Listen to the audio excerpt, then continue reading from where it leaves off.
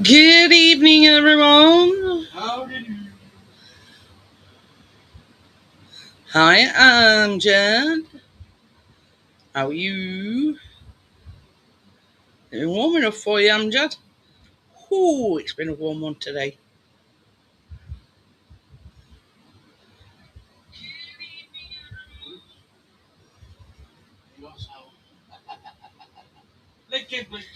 I've already done it. Yeah, well, I've already done it. If you can hear that noise, it's the fan. I've got it right up close to me. And it's still warm. I don't know what temperature it is, but it's warm. And it's been one of the warmest bank holidays in May ever recorded. Well, there you go. And it's saying it is still 31. Oh, it says 27. It's changed now, but it's still warm. Oh, vanilla iced coffee. Ooh, it's going to be 30 again tomorrow. Another warm one tomorrow.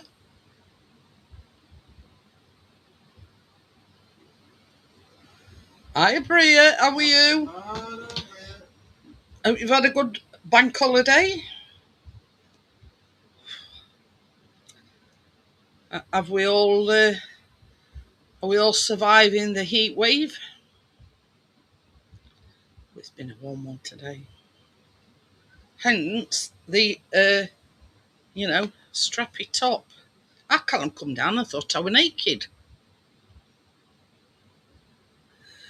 I says, no. I said, can't you see I've got a top on? He says, well, it looks skin colour. He says, I thought you got your top off. Hi, Senga. I've got a confession to make, Senga. I've been at it again.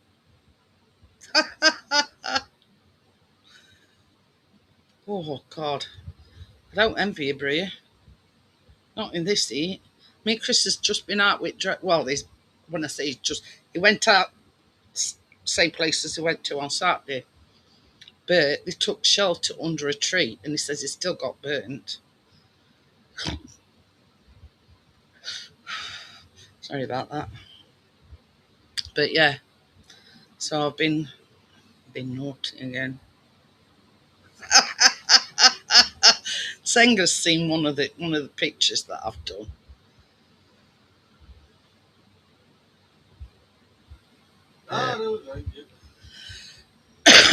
Just a bit. If you can hear that noise, that is that's the fan. I can more or less touch it how close I've got it to me. Hey up, Dad. I've been messing about with that Gemini again.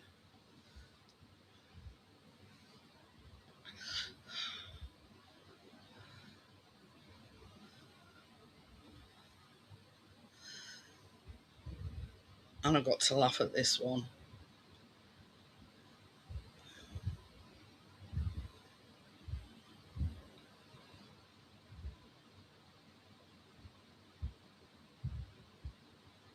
Let's see if it opens it.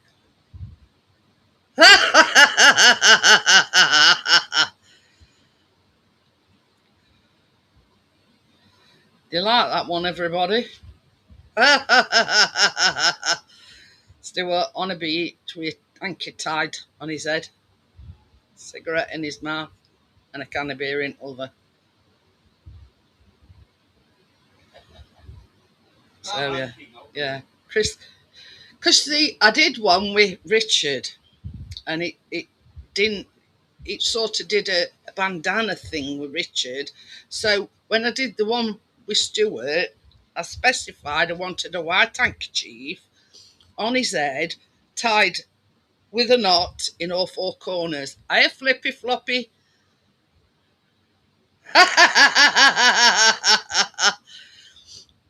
It's so hot I just saw a bird blow on a worm before eating it.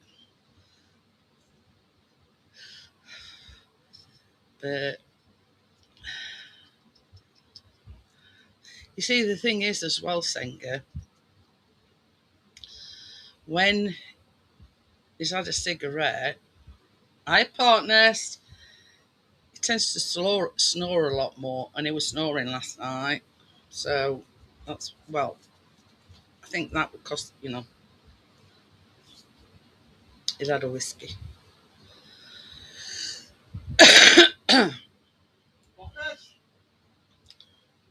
But yeah, so I've just been messing about with it, and, as you do when you've got no better to do on a bank holiday.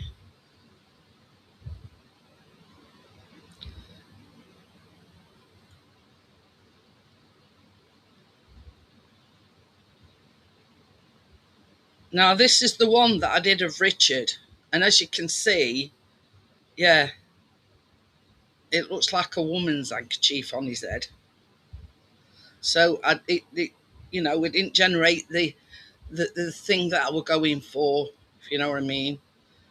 But he has got his cola with a twist and a walk of all things.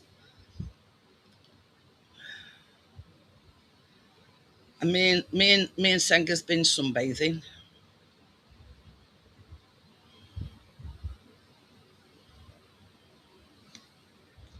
Senga's already seen this one.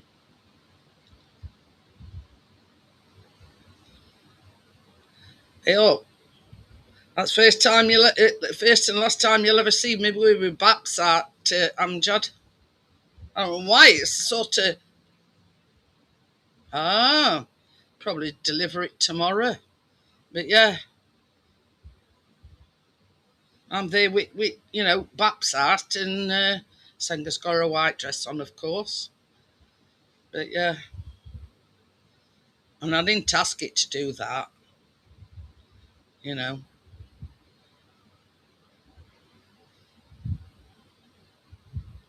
Hiya, Bill. How are you?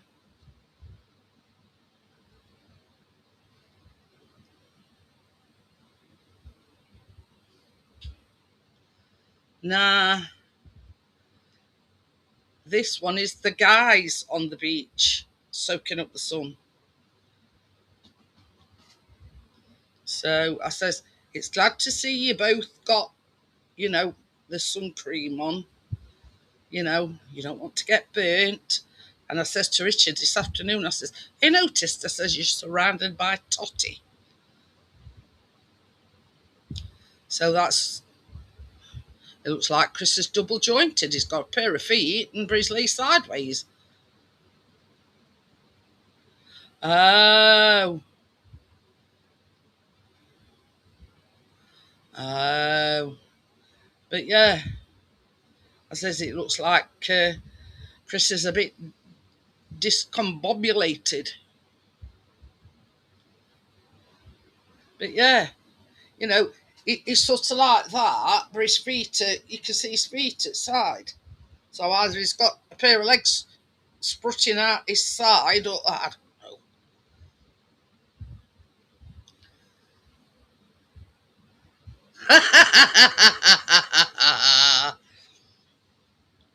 But yeah, this is, you know, when you've got no better to do, Amjad. But you see I mean, I was trying to explain it to Tommy the other night. I says, In order to do a mock-up like that, you've got to have somebody's photograph. And then you just put, you put the photograph, you upload the photograph, and then you put in the description, like, make me a marathon runner or something to that effect. And that does it all for you. But in order to do it as, a person, you've got to have that person's picture.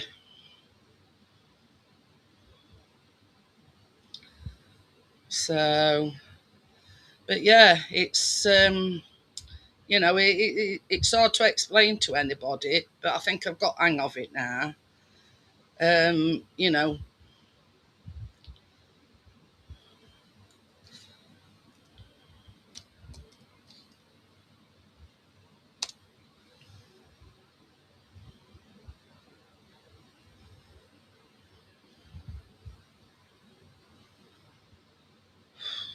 it's still warm.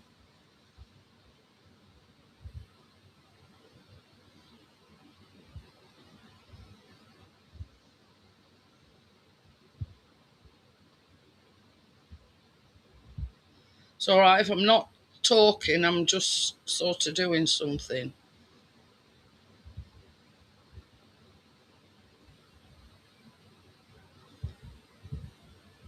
So I do apologise.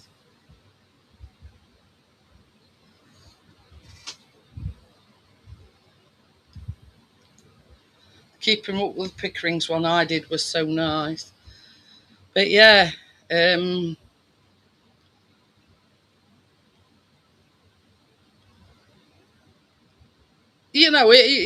when all's said and done, Amjad, same as we say, it's all a bit of fun, if you know what I mean.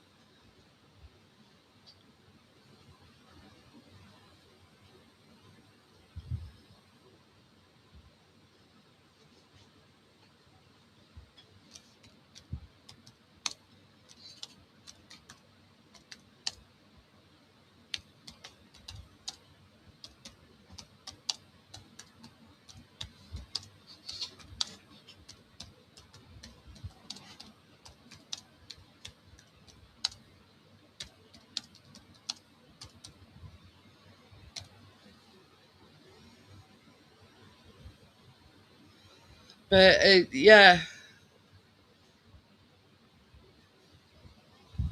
it's same as I say. It, it well, like this afternoon, I sort of run out of scenarios. I've done the beach thing, and other day I did where Stuart were Mr. Muscle, you know what I mean, and Superman, and is that somebody drilling, baby? Is that somebody drilling? I was streaming, is it?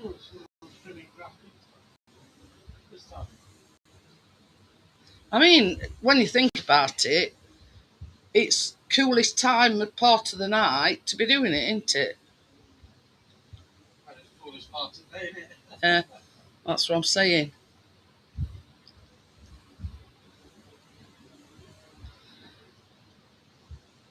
Um,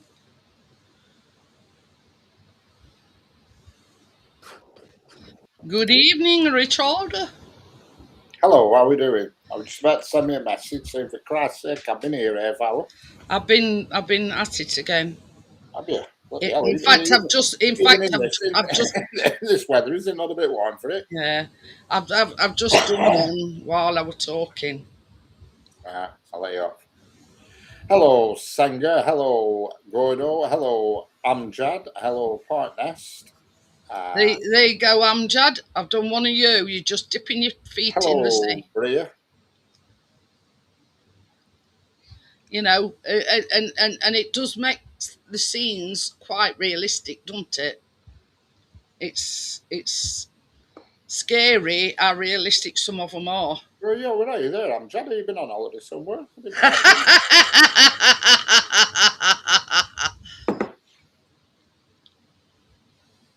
But yeah, and that's how easy it is to generate something like that. I've just gone on Amjad's Facebook page, I've downloaded a picture of him, and I've just said to Gemini, make a scene of this person dipping their toes in the sea, and that's what it's come up with. No, I'm not so bad, Singer. I'm all right. I don't burn really, to be honest with you, but I haven't been that much in sun. I had a bit of a snooze this afternoon in sun for an hour. I just sort of led across my car seats with my head dangling out and fell asleep for a bit, but I'm in a bit of a rough area, so I never really got fully asleep. You had to sleep with one eye open, did you? Yeah, we're near red light district, so I don't want them coming up and bugging me. But I kind of come down and thought I were naked. Well, I must admit, when I come out showering, you just started. I thought, bloody hell, there's no top on. And then that's exactly what our Callum thought. He says, I thought you were naked for a minute. I says, it's a pink top, Callum. It's because my face is red because I've not been long out in shower, and it always goes red when I've been in shower. Always looks like I've had Ribena chucked on myself. Hello, partners. Evening, Jeanette, Richard, Hi, and the rest of the partners. chat. But if you can hear a noise, I've got this fan more or less right on top of me. It's about that far away from me. But yeah, he always goes like that, Senga, when he's just out at shower. I bet. Seems to be patchy. Yeah, I bet you have it red hot, don't you? I bet I what? might have got a bit of sun as well. Do you have it on red hot? The What? shower. The shower. No, not tonight. I didn't. It obviously had some heat in it, but I did as cool as I can stand. So we got back home today then, partners. Yep, I did. I knew someday he got sunburn all over. He had to go to the doctor's. Doctor prescribed him some calamine and Viagra. He says, I know what the calamine's for, but what's the Viagra for? To keep the sheets off you at night. It's my only sunburn joke. I thought you were being serious then. Well, that's it. That was the idea. But, yeah, I mean, it's still saying 27. So it's still warm. It was mid-30s. I know. I think it got up to about 33 here. I think I got 35.5. I don't know. I photographed him and sent it, didn't I? I think it was 35.5, I think. I've 1 never point. looked. Hey, and I were parked under a tree there and all. Well, Chris got burnt and they were all shading under a tree. Yeah, well, I were parked under a tree. I were outside. Where the bloody hell were I? In Blackburn somewhere. And I parked under a tree. I can't remember. Can't remember where I've been. I were actually under a tree then because I didn't think it were quite breezy. I had all my windows down. I thought, it's gone a bit cooler. I looked at the thermometer and it was flipping hotter than ever. And that was the picture that you sent me, Richard. Yeah, 35.5, yeah. Oh, I was reading 36 on mine at one point.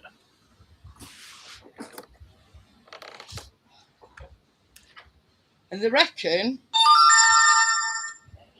not me, it's one of the warmest ever May bank holidays ever recorded. It was 33.5, a brand new record. Yeah, but Richard got in his car with 35.5. Oh, you can smell that grass that they're cutting. I'll probably start sneezing in a bit. The nose is dribbling.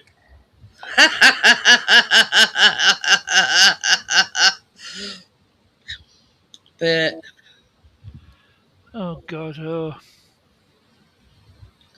you know, it's never usually this warm in May. Never. It just reminded me of that scene from Carry On Camping where Kenneth Williams is trying to say, have you told the girls about the bird saying Tatty Jex, have you told the girls about the birds and the bees? And he says, the bees sting. But I mean, I was that hot. I just took some water over me hair and it sort of dried a bit funny. Like it don't look like it's dried properly. But anyway, it cooled me down for all of about 5 minutes. I feel bad for the parents today, to be able to explain the birds and the bees. I've never explained it, and I've never needed to explain it. They learn it at school, though, don't they, Richard? Well, they just know, don't they? They don't Yeah, I mean, we've never had to explain. If they're at that age that you need to sit them down and talk about it, they're too bloody young. Yeah. I mean, we've never had to explain it to Callum because they learn about sex education and everything at school. Flipping heck.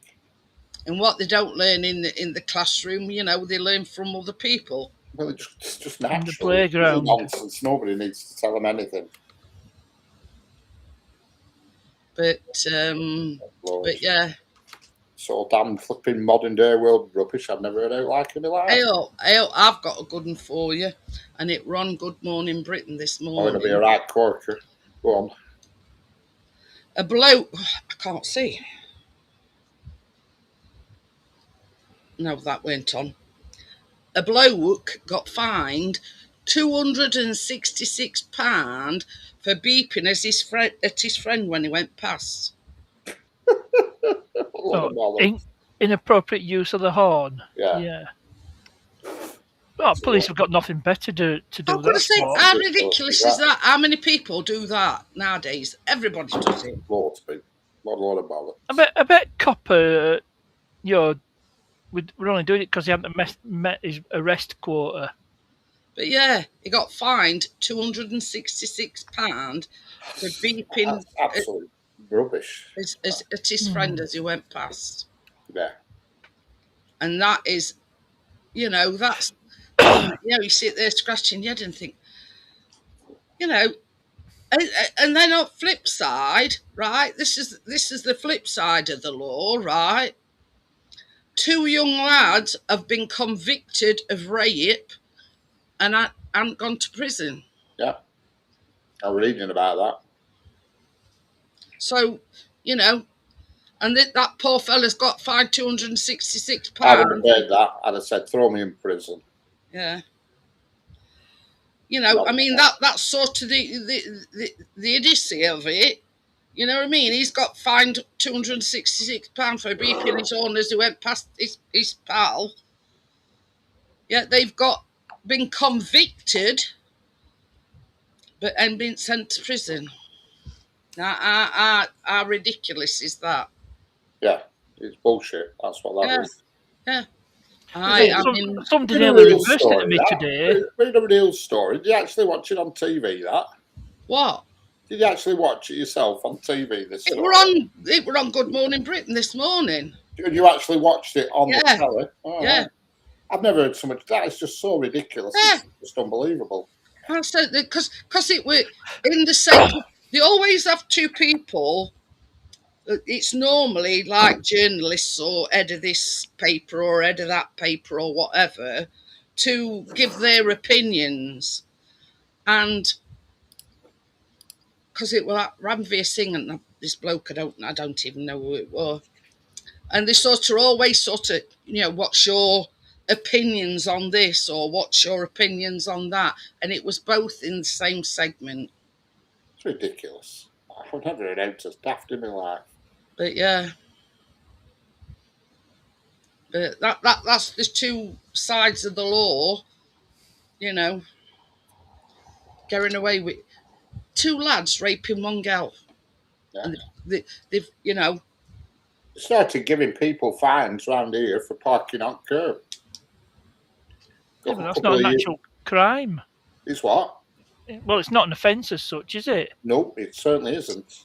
And it's only banned in London and certain parts. I think Edinburgh. We started ticketing people around about 2 years ago, so everybody parked on the road as they should, and then bin wagons and stuff couldn't get through, and it was right performance. But that's it, it's sort of, and they got better things to do. We didn't park on the curb of the street. nobody would use the street. You couldn't get a car through, let alone a bin wagon. If everybody parked on the road, you would have to double yellow one side.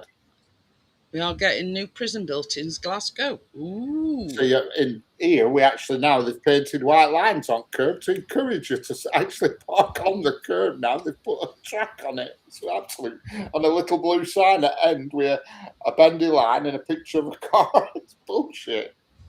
To actually ask you to go on curb. No, they telling you to park on curb, yet they're fining you for parking on curb. Well, they were doing about 2 years ago. They've realised their error of their ways now, but they've actually put in white lines now on the curbs telling you to park on curb. It's just ridiculous. Everybody's been doing for donkey's years. Yeah.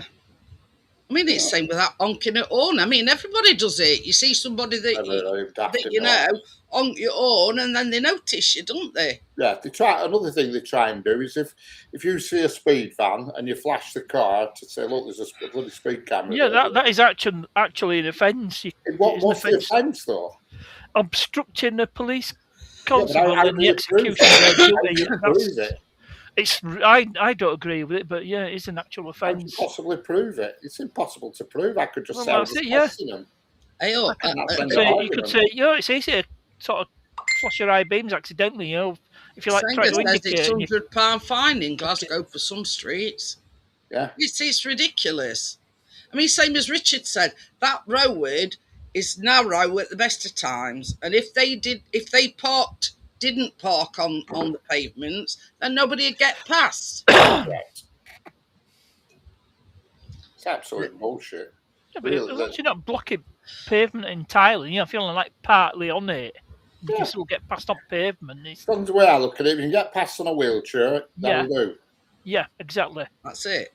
And if somebody's pushing a pushchair, where I'm parked, you won't get by in a wheelchair. Parked totally on the pavement where I park, nobody walks down it anyway because there's no reason to be there. You know what I mean? And then some more news. The BBC are losing that much money with people not paying the television licences. The bringing in the debt collectors. How's that going to work? It's on. This is the thing. Even if they come knocking on your door, we're from blah blah blah blah blah blah blah blah. You still don't have to let them in. It's just they're going to lose more money there by paying debt collectors because you've got to be able to prove it. That's it. It's an offence, isn't it? But the thing is, partners, these what they call enforcement officers have got no legal rights whatsoever. No. They can come knocking on your door, and like you've got CCTV cameras, because they cough and on your bike, man. See you in court. That's what you should say. They can't do a damn thing about it, and it's the same with these debt collectors. I mean, the rules are quite court file of people who've been convicted. Simple on licensing. If you're watching or recording live TV, you need a license, regardless of what channel it is. But it's the live TV. That's the issue. And BBC iPlayer. And BBC iPlayer, yeah. But same as Richard's just said. On Channel 4, Channel 5, all the playbacks you can watch. They're going to lose even more money by employing debt collectors. As long as you don't watch a BBC product through these players like YouTube, there's loads of BBC programs, and as long as you don't watch a BBC program, there's nothing. They're not going to get anywhere with that. They're just going to end up losing more money because it's impossible to prove. Yeah. Anybody who plays for a TV license wants the bumps feeling. They really do. It's crazy.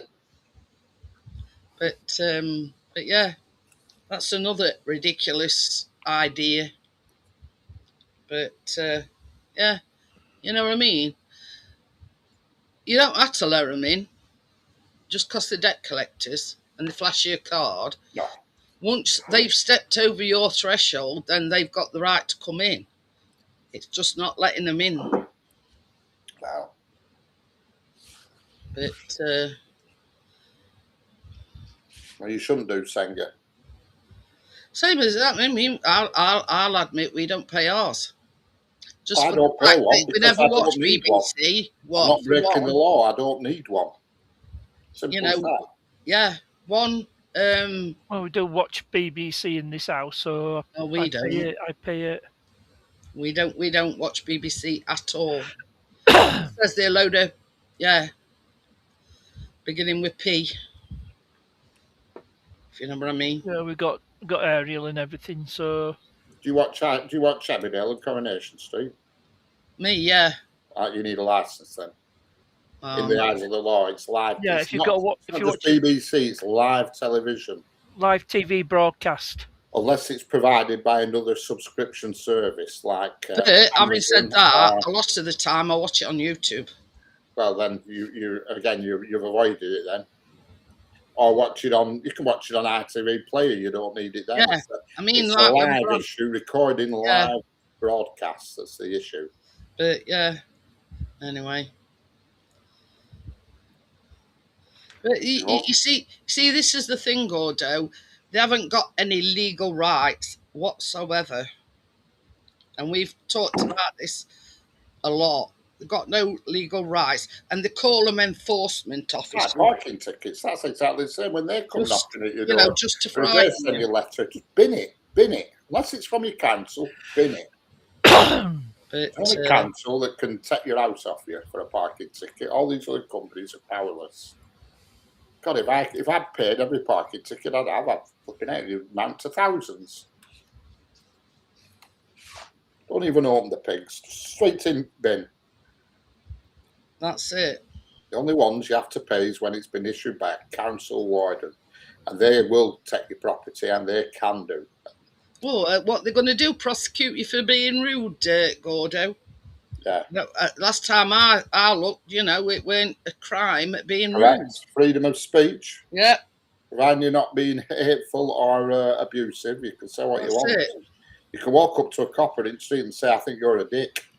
And he can't do you for that. No, As long no. as you don't raise your voice and you just say it to him calmly, I think, Mr. Officer, I think you're a dick. They can't do a thing about it. He may be pissed off, I'm sure, but they can't do nothing about it. So if you shouted at him, then it becomes an issue. That's it. But there's a lot of ridiculous things going around. You know, it's ridiculous. Yeah. It really is. But I mean, same as Partner S, that copper that did that fella for beeping his horn probably hadn't done his quota arrests and whatever. Yeah. I've never heard of that before. I think it's absolutely ridiculous. oh, they have quotas. You know, they've got to stop X number of people. I mean, I don't know, but I can't see them. I mean, actually having targets to it because there's enough idiots on the road to fulfil them targets. You know what I mean? Well, they don't catch them, do they? They don't catch the real idiots on the I mean, road. nowadays with all this ANPR they have, the things are pinging every bloody 10 minutes. You know, they probably haven't got enough. They're probably too many to chase up. Well, that's just automatic justice, isn't it? You know. That's not actual policing. Yeah. Oh, it comes up, no insurance, no MOT, no tax. No, but I mean, if they're parked at the side of the road, I mean, they always park down the road here with the cameras on. You know, as soon as, if you were to drive past no insurance. Right, I've just googled that about the beeping of the horn. I mean, technically it is. Yes, men and all drivers can absolutely be fined for beeping their car horns. Under UK traffic laws, sounding a horn unnecessarily or in the wrong location is illegal and is treated as a driving offence or public disturbance. That's the same as flashing your headlights, and I don't think you're allowed to beep your horn after 11:30. Some ridiculous thing. Yeah, there is a time when you don't. But It it's says- the same as flashing red lights. It's the same as sounding your horn in the eyes of the law. It says key legal rules in the UK. Only for warnings, the Highway Code Rule 112 states that you must only use your horn to alert other road users of danger or in potentially dangerous situations.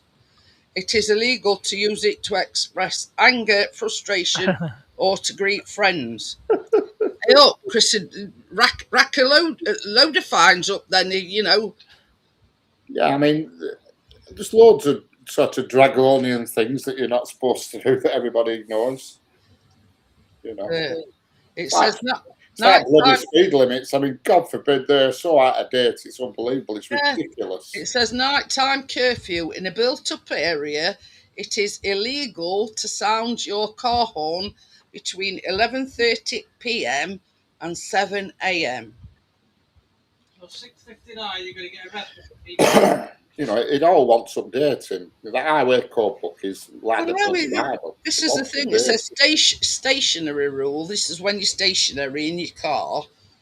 It is illegal to beep your horn while your vehicle is completely stationary on the road, e.g., waiting at traffic lights or parked up outside a friend's house. So, right, imagine a scenario you pull up at some traffic lights and this idiot's sort of like going like this in front of your car, so you're not allowed to beep your horn at him. Well, another scenario is every single taxi driver in the UK get fined then because they pull up outside your house and blow your horn. That's Yeah. exactly the point they made this morning on that show. You know, as taxi drivers going to go on then, because 100% of the taxi drivers, when they pull up, they beep the horn to let you know that they're there. Well, in a way, you're making you're making somebody aware of your presence. So technically, it's right. You know, I said I nearly Now had somebody this, reversing to me. now this one I knew about. Them musical ones, they are. It says custom or musical horns are also illegal under the Road Vehicles I knew about that one. Yeah. Can I share the dash cam clip of one where somebody nearly interrupted me? It says penalties for misuse. If caught, a police can penalise you for sounding an unauthorised audible warning instrument on a vehicle. Well, yeah, I understand that. I mean, that's common sense. That's obvious. But that's not really what we're talking about. We're talking about a stupid thing, which somebody honking their horn. Right, here we go. I just where's play? Try. What's up with me? I can't play this clip now. Where's in middle? Yeah. Oh, yeah. Hang on. That. What's up with me? In middle. It's a better if you took them Just a moment. sunglasses. Yeah, that's no. It's not that.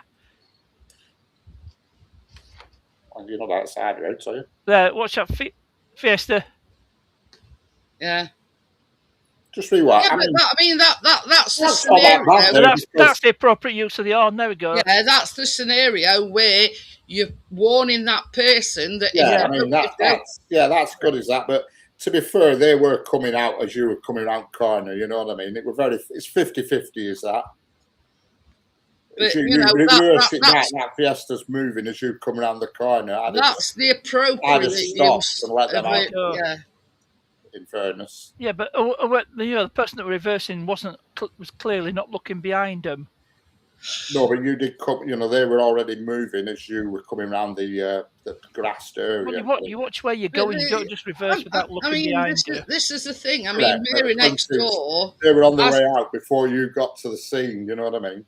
This is the Mary next door. She has a taxi near enough every day, and they just park it semicircle, beep the horn to let her know that they're there. Yeah, I mean, it's just crazy. It's just crazy. It's just crazy. But Yeah, that'll be first clip on my next dashcam video. So you all got a sneak preview, and that was today. As you can tell, at Farm Foods in Bridlington.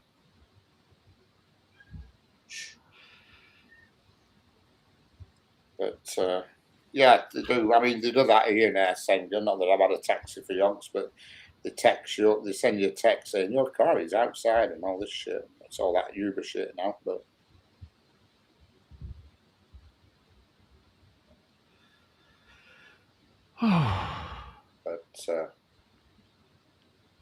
So while since I last used a taxi, It's a while since I have, I know. You see, as well, I mean, they do that sometimes round here, but it's one of them calls that you're not supposed to answer. They just ring you to let you know that you know. Yeah, here they just send a text. Your driver is outside. Your driver will be 2 minutes away and all that shit.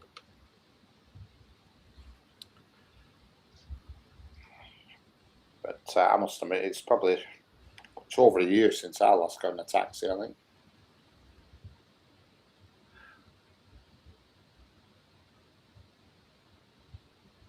And I think it was a black cab, the last thing I got with him. From Blackburn to Darwin. Damn.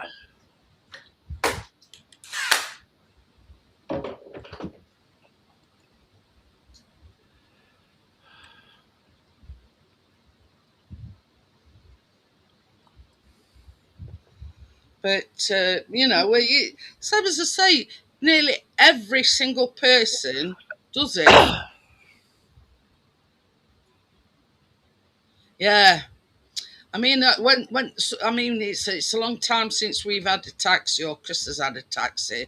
But your driver today is so and so. Look out for whatever car they're driving.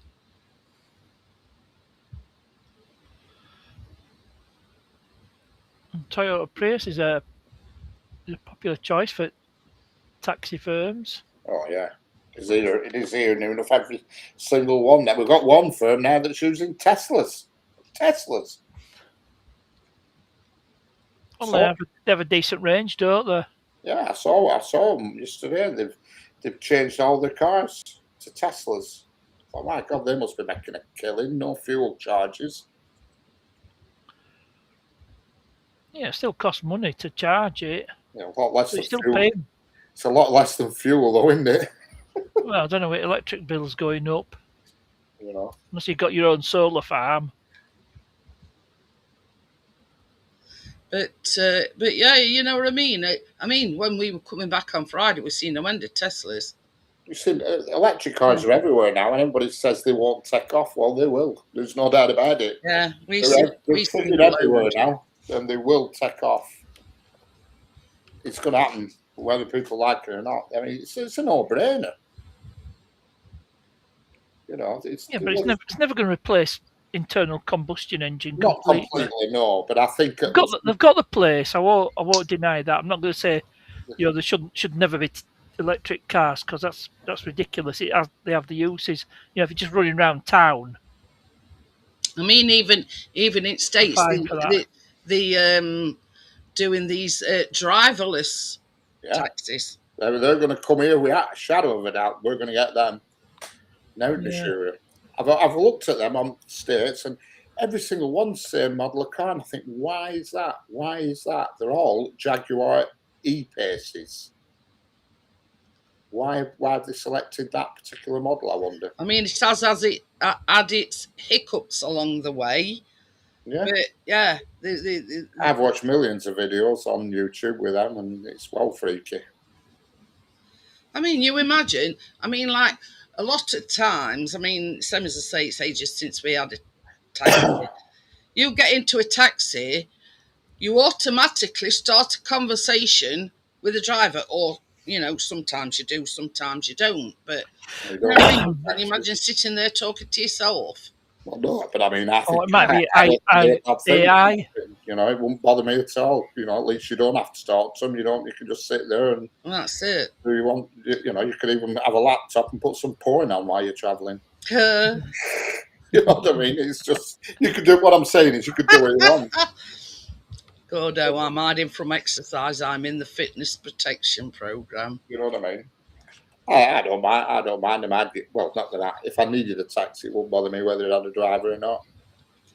But yeah, you know what I mean. They always trial these kind of things in America first, and I'm with Richard. I think that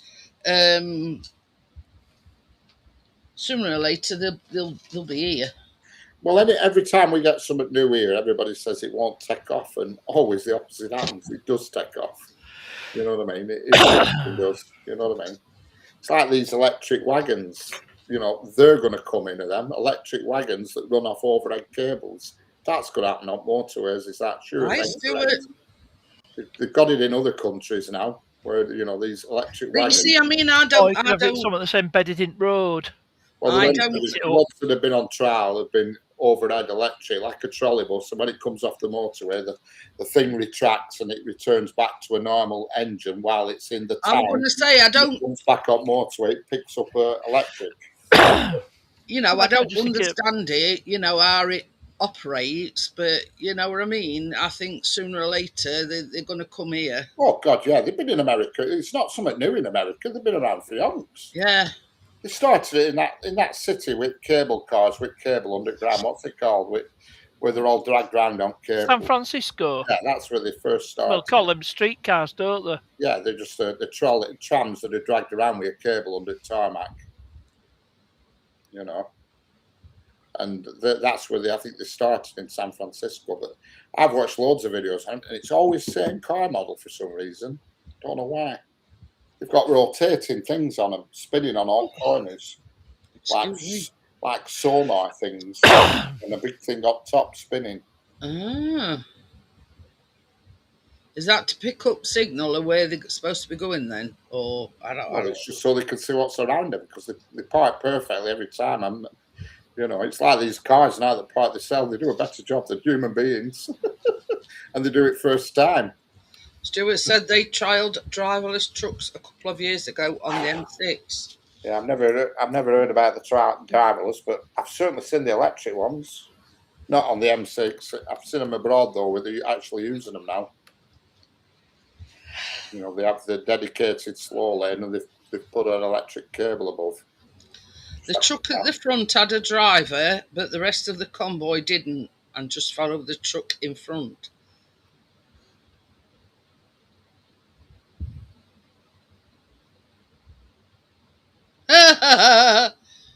You know, at the end of the day, we can't get away from it. All this shit is going to come in whether we like it or not. It's all right. I'm reading that what Senga's put. She says they tested AI in a fire to see what it did.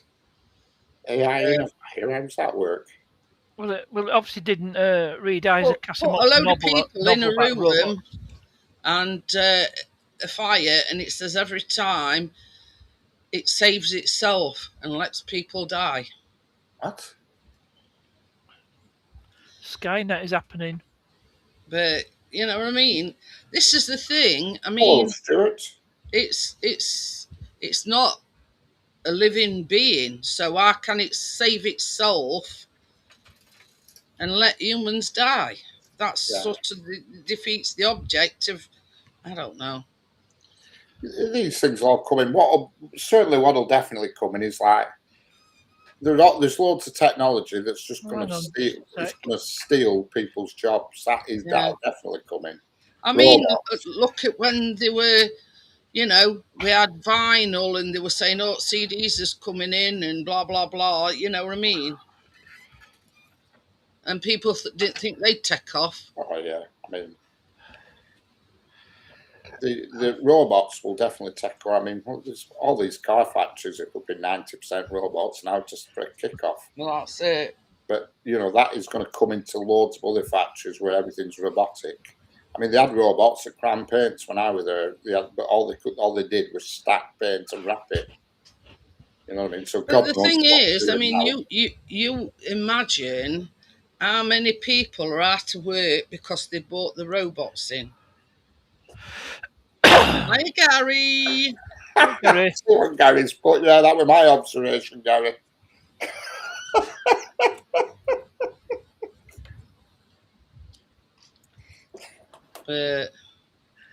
But that'll definitely come in where everything's robotic in these factories. Yeah. You know, no doubt about it.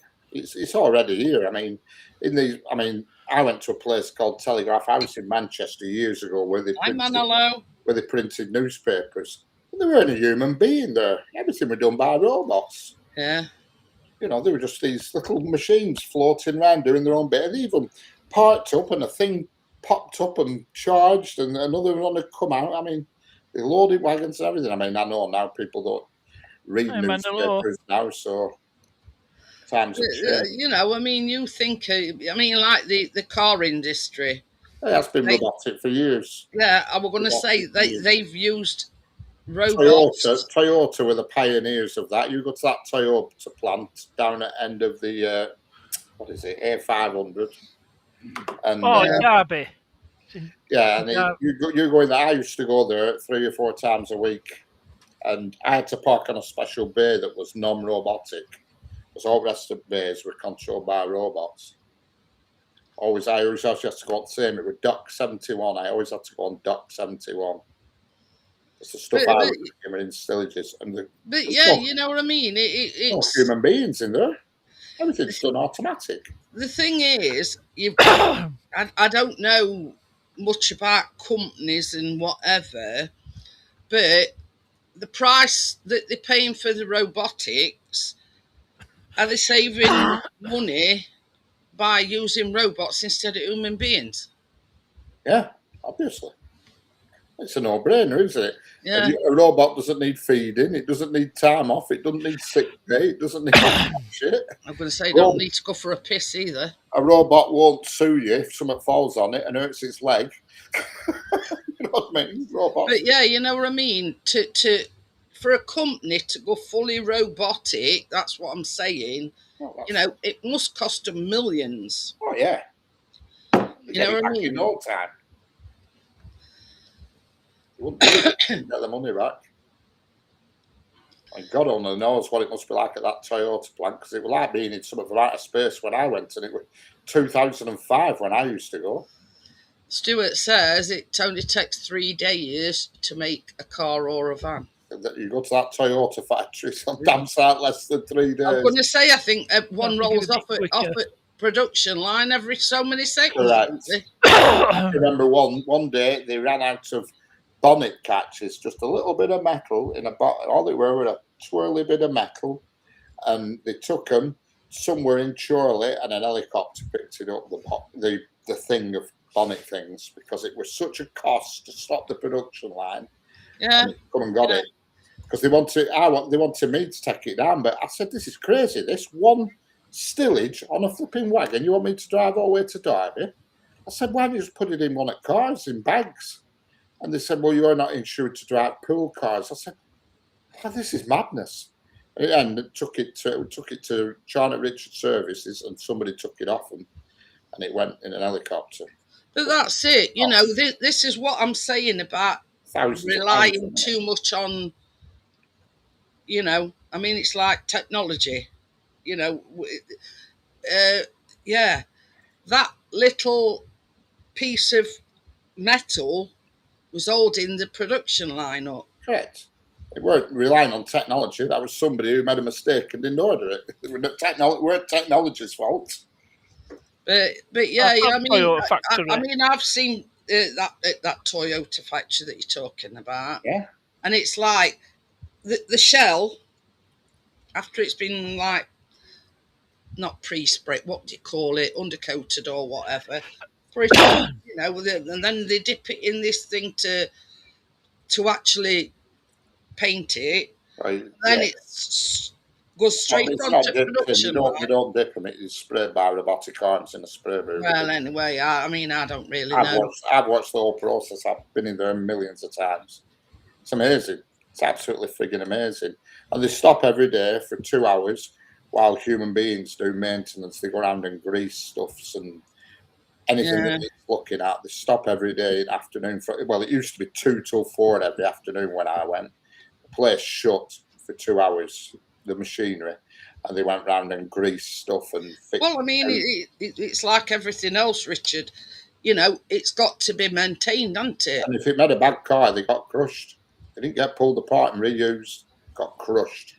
Because the cost to pull it apart and put it back into production outweighed it. They didn't have the time or the manpower, so they just crush them. I mean, I know it's not the same situation, but when I was in the, you know, the rag trade, let's say, if you made an imperfect pair of shorts, let's say, they didn't, you know, say, oh, you know, blah, blah, blah. Chucked it in a seconds bin and sold it as a second. Yeah. I can remember cars, but some cars, they used to keep maintenance men and use them as a runaround on site, just to get backwards and forwards around site. It's absolutely vast, you know what I mean?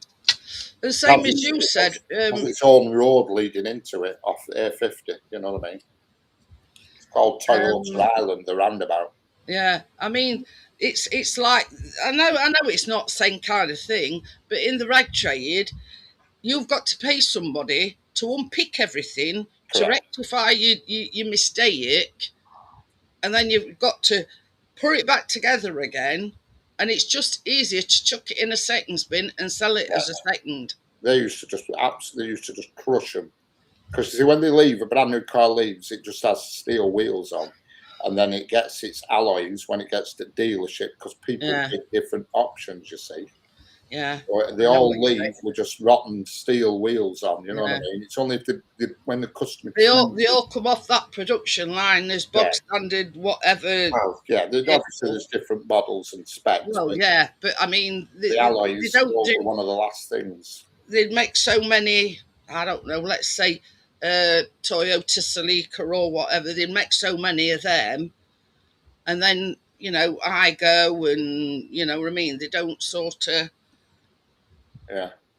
I think they make all that. Well, I mean, they don't do Celica now, but Argos, I think they're made abroad. But the ones that one at Derby, when I was the Auris and the Avensis they used to make there. Now, whether that's changed or not, I don't know. Sounds like the Nicker factory in Corrie. No, because they're not actually doing anything, Gary. You can tell. When you're a qualified machinist, you know that they're just going through the motions, not actually stitching knickers, because they'd have their fingers under needles and all sorts. They're just going through the motions. Oh, yeah. You know what I mean? Must be the most successful knicker factory in bloody world, that. To be still got functioning today with all Chinese stuff. Hey up, Senga, I've done everything. I've done lock stitch, I've done overlocking, I've done twin needle, you name it. Jack of all trades. Get the fuck off there. I've done all sorts, me. I've done tights, I've done, underwear, I've done baby wear, I've done sportswear, you know what I mean? I've done the lot, me. And this is the thing, and I hadn't worked in that industry for, I don't know, 26 years. But when you buy something, you're always inspecting seams and, and it's a hard habit to break, let's say. You sort of picking over things, if you know what I mean. And I said, and I would often say to Chris, oh, this is poorly made. You can tell this has been made in a sweatshop in China or a sweatshop in India or because it's poorly made.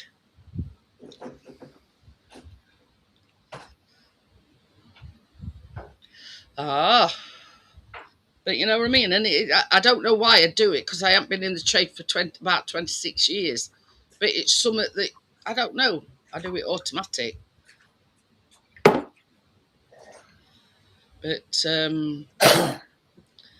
I've always been a machinist until, I had a fall at work and hurt my back, and that was last of it. But you're always sort of looking at the quality of things,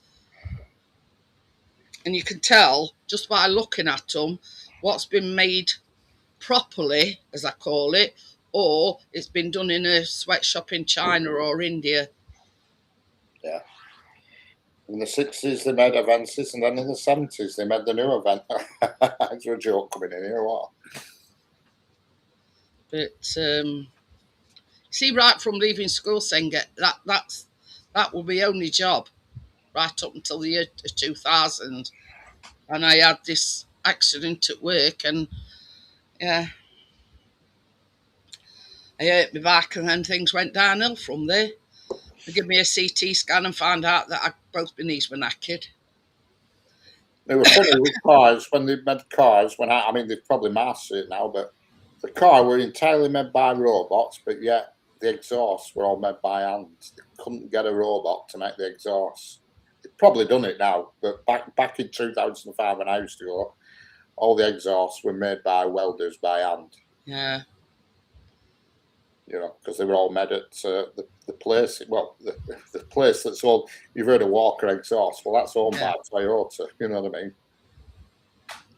And I didn't know they were owned by Toyota. I know they supplied Ford back in the day. Yeah, they supplied loads, and they used to supply Nissan as well, and they stopped doing it.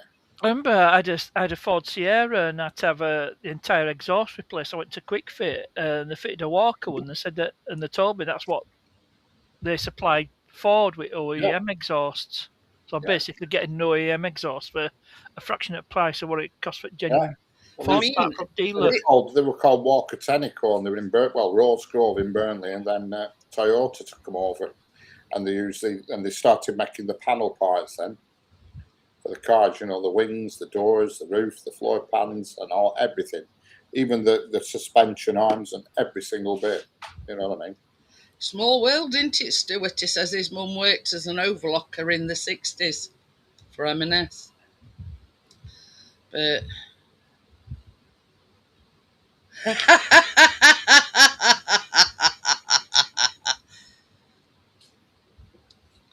well, the story behind this accident, Singer, is I went to they've got like a separate place where you went for your breaks and, you know, served hot and cold food and everything. And unbeknown to me, that they knew about this chair were damaged. And guess who sat on it? And landed flat on my back. And yeah, I've had problems with it ever since. But yeah, you know, and that was there's a claim. Well, yeah, I did pretty well on it, partners, put it that way. But they admitted liability. That's the thing. They didn't. Yeah, they just said they knew this chair were faulty or broken, but they still put it back out. And of course, I sat on it and went off of a tit. And I've had problems with my back ever since. But and I mean, even though I carried on working, I kept having to have sick leave because the pain got too much. And they sent me for a CT scan, and that's when they found out that I got arthritis in my knees. Yeah. So there you go. So, and I carried on till 2000, and then the firm that I worked for went bust, and I thought, well, it's no good putting my son through ringer any longer. And that were it. I just went up sick permanently, if you know what I mean. But it were incapacity benefit, I think, then. Not this ESA or whatever crap. Two flies on a turd. One says, "Oh, I haven't seen you for ages." And one says, "Yeah, I've been on the sick."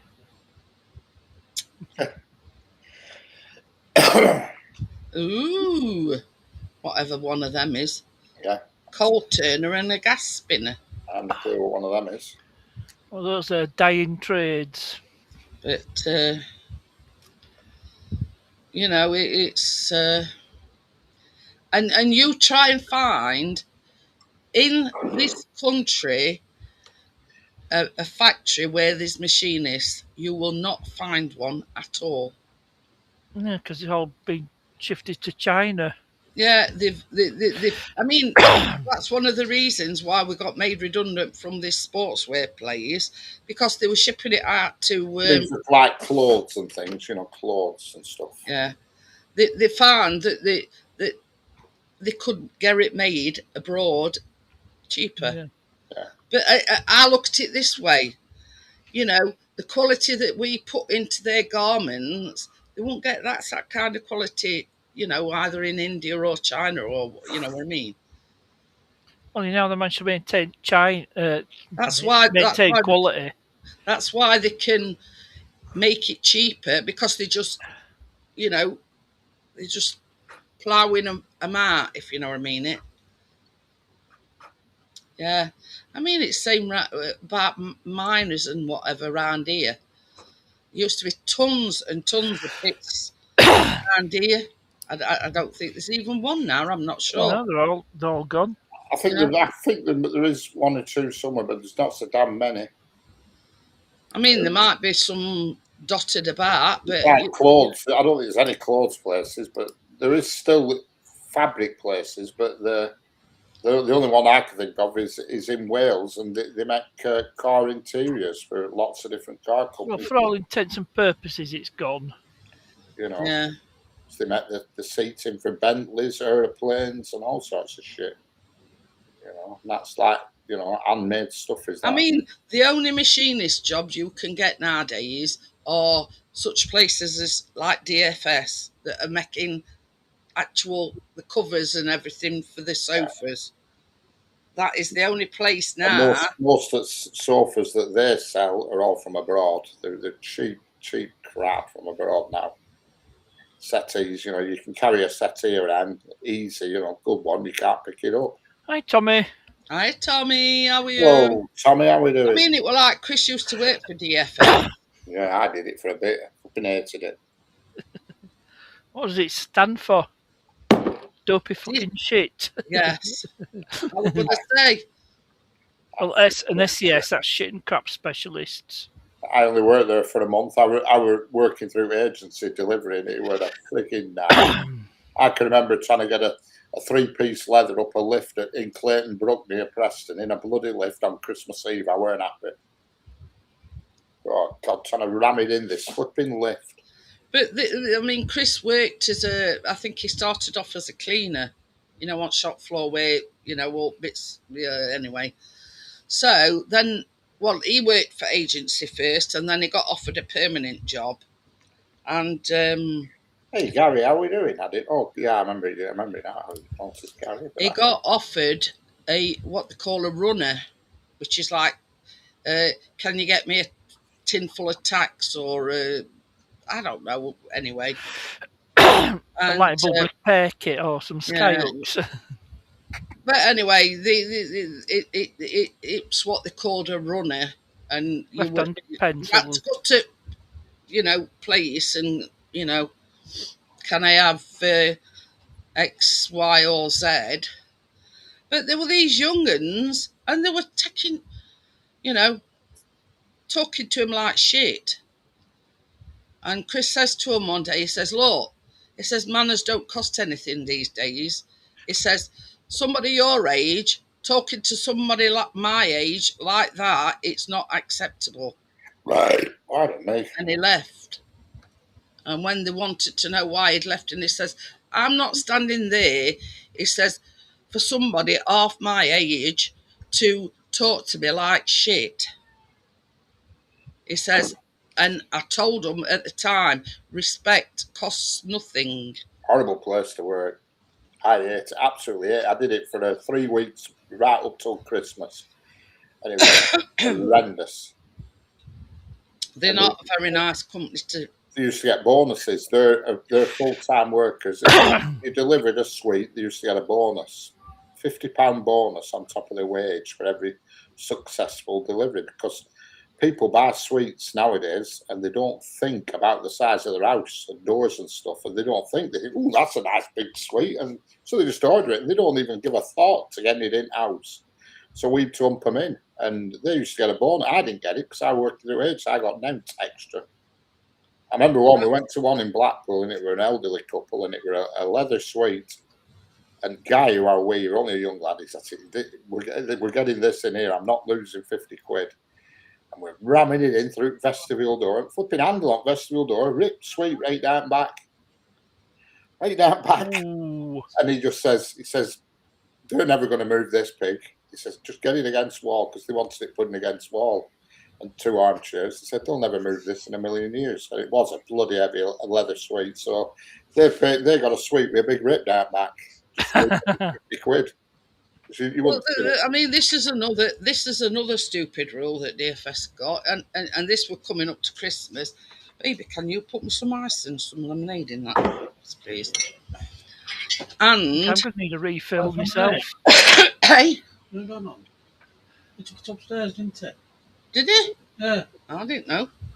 Well, Where have maybe- you been hiding, Gary? Where have you been hiding? Anyway, so it was coming up to Christmas, and they was having a do for all people at DFS, and Chris get excluded because at the time he were working for agency. Yeah, I never got invited. I didn't get one either. Yeah, you know what I mean. You're not invited because you're not actually an employee of DFS. No, I was saying I didn't get. Not that I wanted to, because Christmas Eve was my last day I worked for them. I only worked for them for a month. You know what DFS stands for, don't you? Yeah. You know, it's Dispatch. horrendous. But a lot of it though, with customers' mistake. I had a woman. She was on a caravan park in Blackpool. It was called Callagran Caravan Park in Blackpool. It was a static caravan, but she ordered this huge corner suite. There was just no way it was going through a door or anything. And she was crying, "I'm going to have it in for Christmas." I said, "Well, what do you want us to do? Get an angle grinder and cut roof off?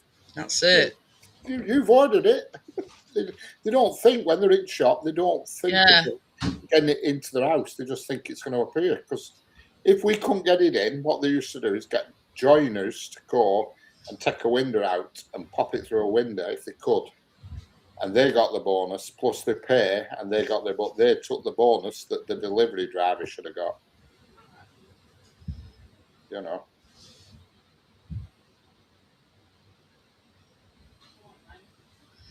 But yeah, you know, when I said to Chris, because that green dress that we're talking about, that's what actually I'd bought that for. You know, and then to be told that it wasn't invited, you know. Yeah. I mean, that's stupid, that is. I used to get that a lot. I used to get that a lot with working for agency. I worked for agency for about 7 or 8 years, and you get excluded from all sorts, you know. But a lot of them are jealous because, you know, there's some places you go to, they're not on as much money as what I were as an agency driver, and they get a bit hoity-toity about it. Yeah, a bit antsy about it. Yeah. You know, they get a bit funny about it. And I think, well, I can't help it. I work for agency. It's not my fault that your company's paying you this. That's not my problem. That's it. That's Because it. agency money wasn't bad pay, you know. Wasn't the best, but it wasn't bad pay. And a lot of places you went to, you were on more than what they were on, you know. That's it. But you used to always get the shit runs. Yeah. They were, And excluded from the company. To be honest, I weren't really that bothered about that. The only place where I worked where they treated you decent were Toyota. You know what I mean? I used to get in out that were going on there for free, and I even got a car, a rep's car off them. You know, because they auctioned the cars off the reps' cars. They did a cheap auction for employees only, and I were an employee. But what we did is I give the money to girl in office. Hey, Barefoot John. Hi, Barefoot. She says, you know, I'll buy it on your behalf. Like, you know what I mean? Girl in office went to auction and, you know, got me this car, and I did all right there. It were like only a 3-year-old car, and I got it for £1,000, a Volvo V40. For £1,000, and you're only 3-year-old. But that's it. But a lot of these rep cars are just some miles, though, don't they? Oh yeah, but also on the other, you know, they said this about police cars, but a lot of they're always meticulously maintained as well. So it swings and roundabouts, isn't it? Yeah, yeah. Yeah, and if it's a Volvo, mileage won't matter. No, you know, they always say police cars have been screwed, and they probably have. But they have been meticulously maintained. That's it. That's I it. keep looking at these XC90 T6s, but they're always ex-police cars. Always. I mean, the thing is, when like such as rep cars and police cars, they've got to be maintained because it. Do you want a coffee as well? No, I'm all right for Well, now. don't they reckon that police cars are so well maintained they don't need to have an MOT? Yeah, that's right. There's somebody over your neck of woods, actually, over Poyness Way, around Halifax, somewhere around there, who actually just deals in police cars. And I keep looking at him on auto. He keeps having these XC90 T6 is in. And every time you inquire about it, they've always gone straight away. Well, they must be popular then. Oh, Richard. God, yeah. They're hybrids. They're electric hybrid, but they don't need charging, you know what I mean? T6, they're absolutely super quick. And they're nice, you know, the XC90 T6 they're called. And they're hybrid, but not charged, not like the T8, which has to be charged. The T6 doesn't. You know. But they're always gone straight away. And he always has them in. As soon as it's one up, it's freaking all gone. It's not that Volvo specialist, is it? I don't know. The Volvo specialist in Brighouse. They're always, no, it's now called Evolve. That's why I'm flipping Halifax way. And they're always grey in colour, like a granite grey colour. They're not white or blue. Or they haven't had lights on or anything. They've only had interior undercover lights in them. You know what I mean? Well, it says I'm just looking up XC90s. There's about T6 they were rare. XC90 T6. Oh, these are all first generation. Oh, you don't know. I'm all about the T6, the newer T6s. You know. Yeah. And they're like hen's teeth, they are. But every now and then one comes up and it's always the same guy over Halifax way. Always ex-police. Really are difficult to get hold of. The T8s, there's more of them T8s, but you have to charge them.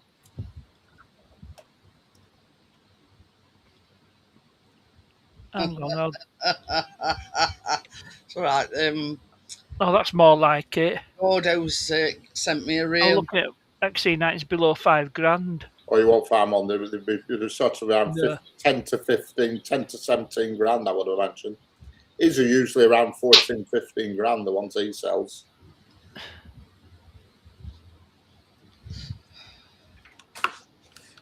Flipping super economical and super quick. Let's have a look.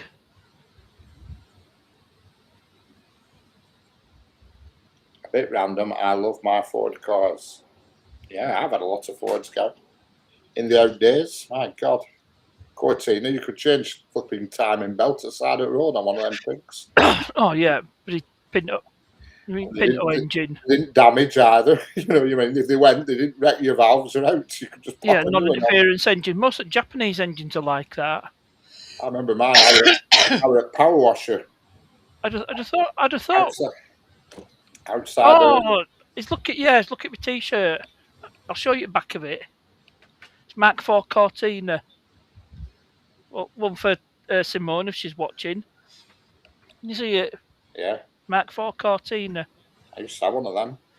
I've had a Mark V back in early 90s. Used to, if you could actually get a wooden splinter off door panels in that, it actually had real wood in it.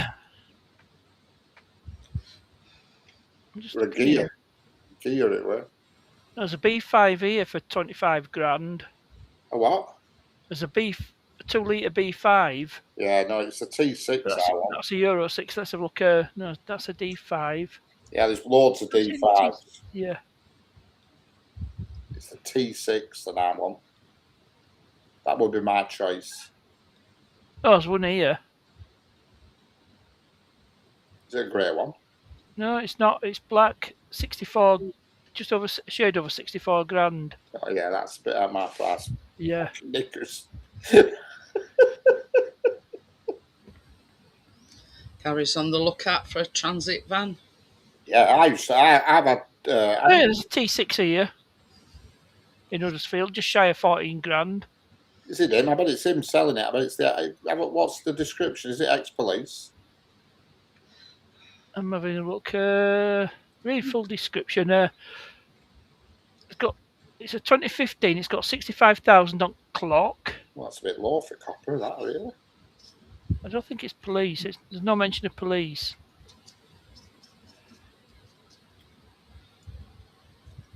Black leather interior. Oh yeah, that's another thing as well. Automatic. Yeah, I think they're all automatic. I don't think you could even get one in a manual. But I won't want one in a manual anyway. But believe it or not, Gary, my dad always used to have Ford cars. Right up to it's a private sale. Sierra. Is it? Yeah. Do you want the plate? 14ers were brilliant. They were robust. Lima 65 uniform Golf Oscars, the plate. 65 plate. There's another T6 here. I had a Cortina pickup as well, not just a car. Just shy of 21 grand. It's a blue one. I think they're excellent, them T6s. What a good combination.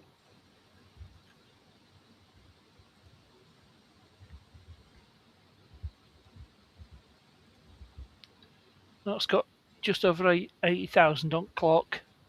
65 plate. Yeah.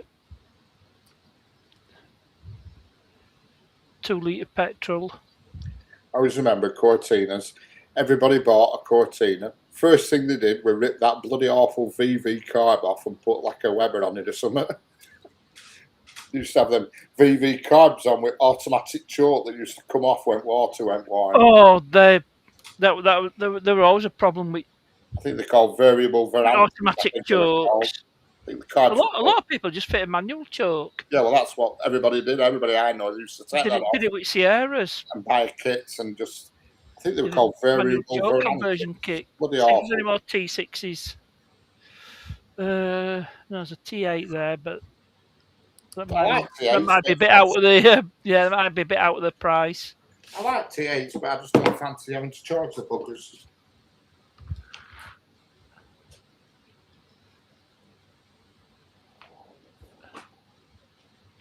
B5. No, there's not many T6s. I found a couple more T8s.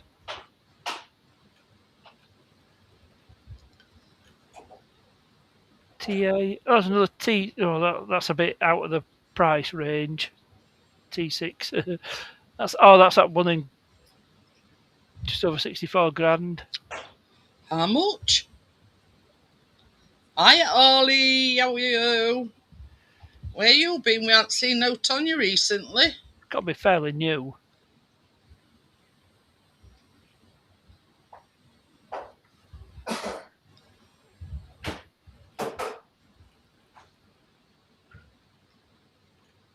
Is it warm enough for you today, Ollie?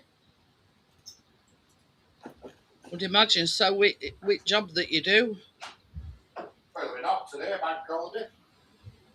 Oh yeah, of course. Ah.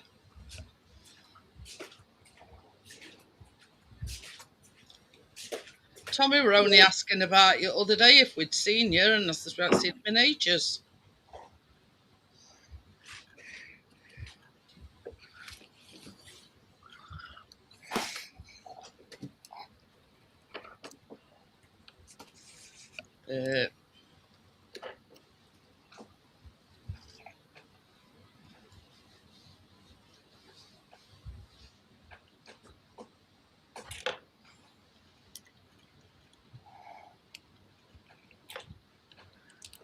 I can remember my Cortina. Oh yeah. I can remember one of my Cortinas. Been moving, Richard. He said he were working this morning. Double bubble. I always remember one of my Cortinas. Gear stick used to come out. They had an horrible nylon knuckle on them with like a push or a tab washer thing, and threads always went on them. It was a common fault. A real Ford fault. So you'd be driving along, and then all of a sudden you'd end up with your knob in your hand. You end up with knob and shaft and everything in your hand, and it's like a Ford thong on end. Oh dear. But they were so easy to fix. Everything was so easy, you know what I mean? You could change a clutch and a gearbox in no time. He says he's been moving house. Yeah. Where have you moved to now, Arlie?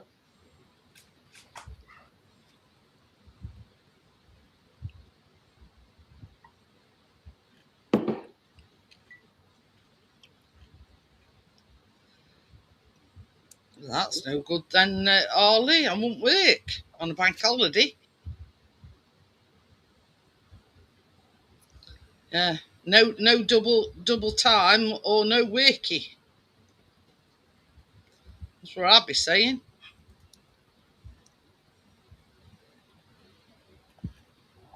26 degrees in this room. Jesus. I know. Oh, 25.6. 25. I mean, it were like in trade that I were. If they got to get an order out on a particular date and it felt like, that it fell on a bank holiday, and say, well, do you mind coming in, just for a couple of hours or whatever? And I says, as long as you make it worth my while. Moorgate Street, Charlie. Ah, I know where that is. Ooh, I 3-bedroom know down. where that is.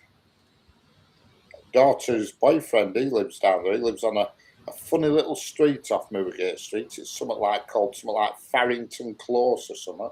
24 degrees here, Richard. Ugh. No, I'm on Well, I about don't know what temperature is right now without getting in one of the cars. inside. It's inside here. I don't know what it is outside. 25 Yeah. points. 25.6 in this room at the moment.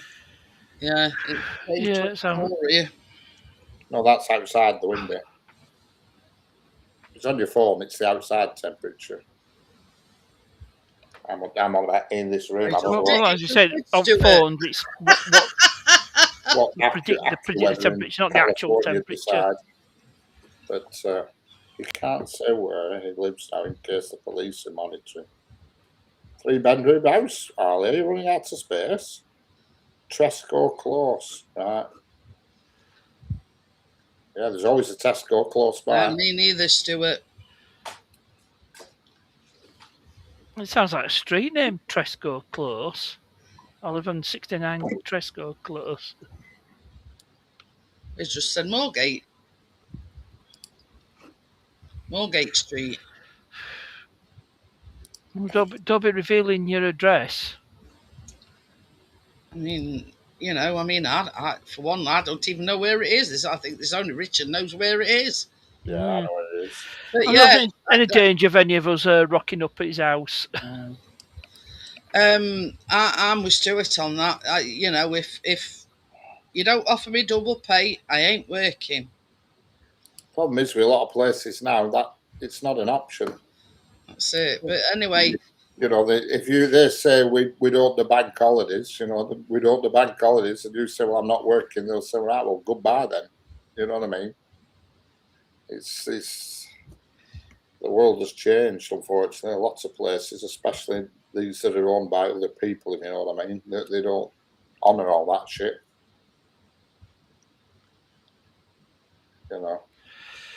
I mean, if you work for a reputable firm, then yes.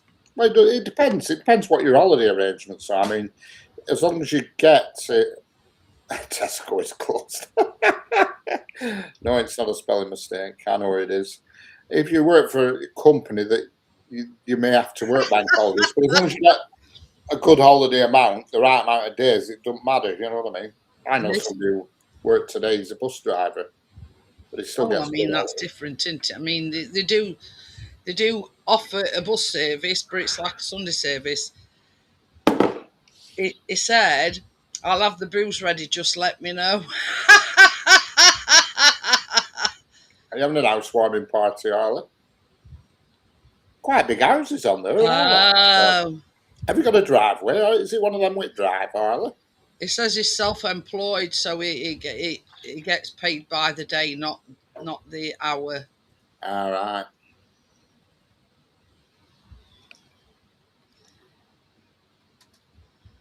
But yeah, it's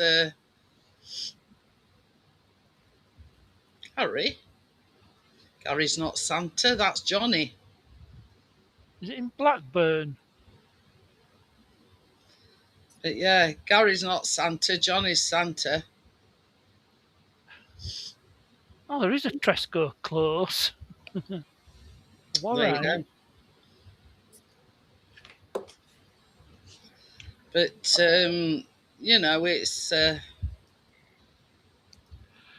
that's self-employed. How do you get mortgage? That's the bugger. Mortgage If lenders you're don't like. self-employed, if you don't go into it, you don't get paid. Correct. Mortgage lenders don't like people who are self-employed. Don't like anybody at the moment. It's probably renting. It's a big risk.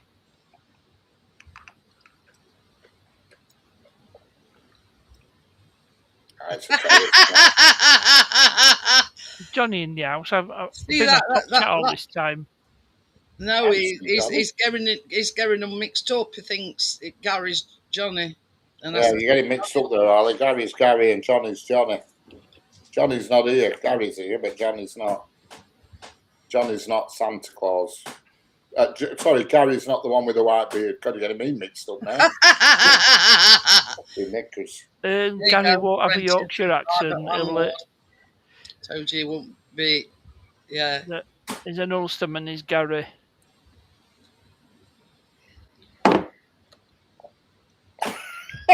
Reason why nobody could buy a fan today.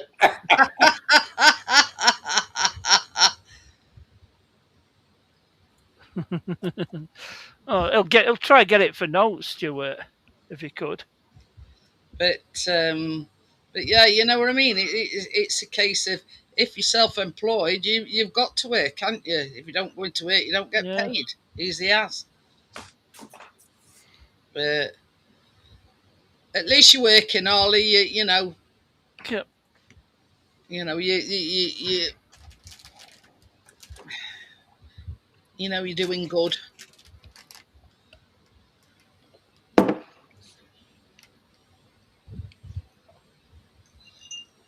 Oh, this is nice.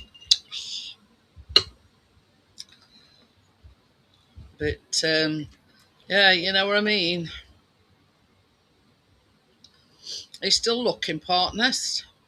For what? The Cars. Oh no, I'll give up ages ago. There's nothing on Auto Trader. Not that many T6 XC90s. Not something I could afford. No, I can't either. Not the ones you were looking at, anyway. Yeah, well, they're out of your price range. You know. I even tried looking at Volvo specialists, and they've only got one, but it's not a T6. I'd love a Tesla, but they're either expensive or they're cheap and flipping 1 million miles. You just go middle of the road. Plenty about. I wouldn't mind a Toyota Prius. No fucking chance. Not a chance. I could be getting on Northern Rail. What is the job? Bloody hell, Northern Rail. Good Yeah, I'd have a job with them as well. Carl, if you got a job there, get me one as well. I'd happy with a lollipop stick around on platform all day. Kill two birds with one stone. And then if anybody gets unruly, Richie can whack them round head with it. One of the daughter's mates is a dispatcher at Preston. Hey, you know what? I on Saturday you were saying that you'd made bed, and you says, "Oh, I'm going on Topic Sheets tonight," and then I'm not. Yeah. I bet you've been sleeping on top of. I have, yeah. Ever since. I have. You're not had to wash them this week. No, definitely not. Hey, I were at train station, but I ran after the train as it were leaving. You know, till I got to the platform, I turned back. Staff said, "Yeah, you miss your train?" I said, "No, just chasing it out at a station."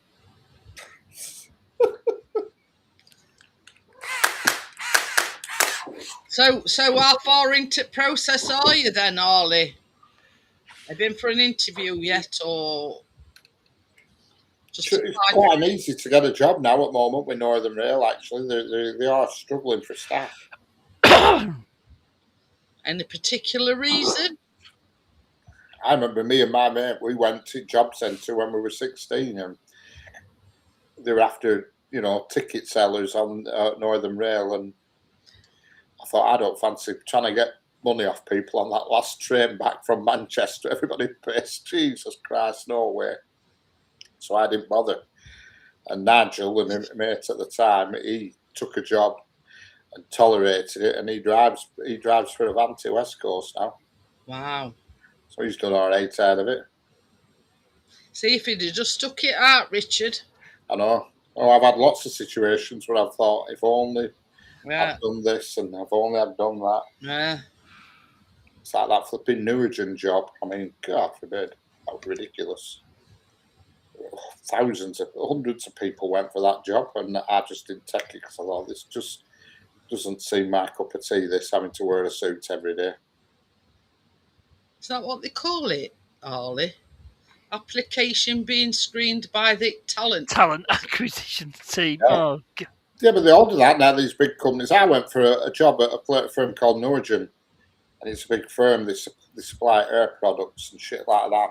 And there were hundreds of people, probably about 250 went for it. And we all had to sit in this room in front of a computer, and you were just given random questions, and you had to give your opinion. There were no right or wrong answer. There were no right or wrong answer. You had to give your opinion to the problem. Yeah. And then at the end of it, they divided you up into 2 rooms, and the other room, they all got sent home. So you were down to like 70. Then they did again, and they divided it up, and it ended up me and this other guy, 2 of us, and I got it, and I didn't take it. You know, it were all fancy suits and fucking posh build. I thought, this is not It good. says, hey up, cat's been shot. It's I fully proved the loaded point now, that I could get Ollie. it, but I thought, no way. Yeah. He's got a repeater now. Oh yeah, cat don't stand a chance. I've got my big magazine on at the moment. Looks like an Uzi. My godfather works. Yeah, there's a place at Barn Aldswick that makes the fans for Rolls-Royce plane engines. Been there a few times and all. Like the fans that go in the jet engine.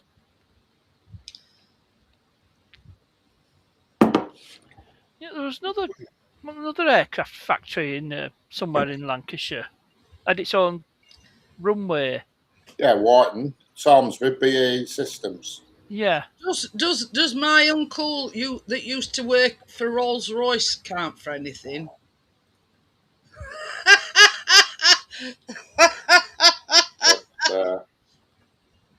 Yeah, BAE, they make fighter aeroplanes and all that shit, Eurofighter and all that crap, and they're doing that new one, the cockpitless one. I can't think what it's called. The name escapes me.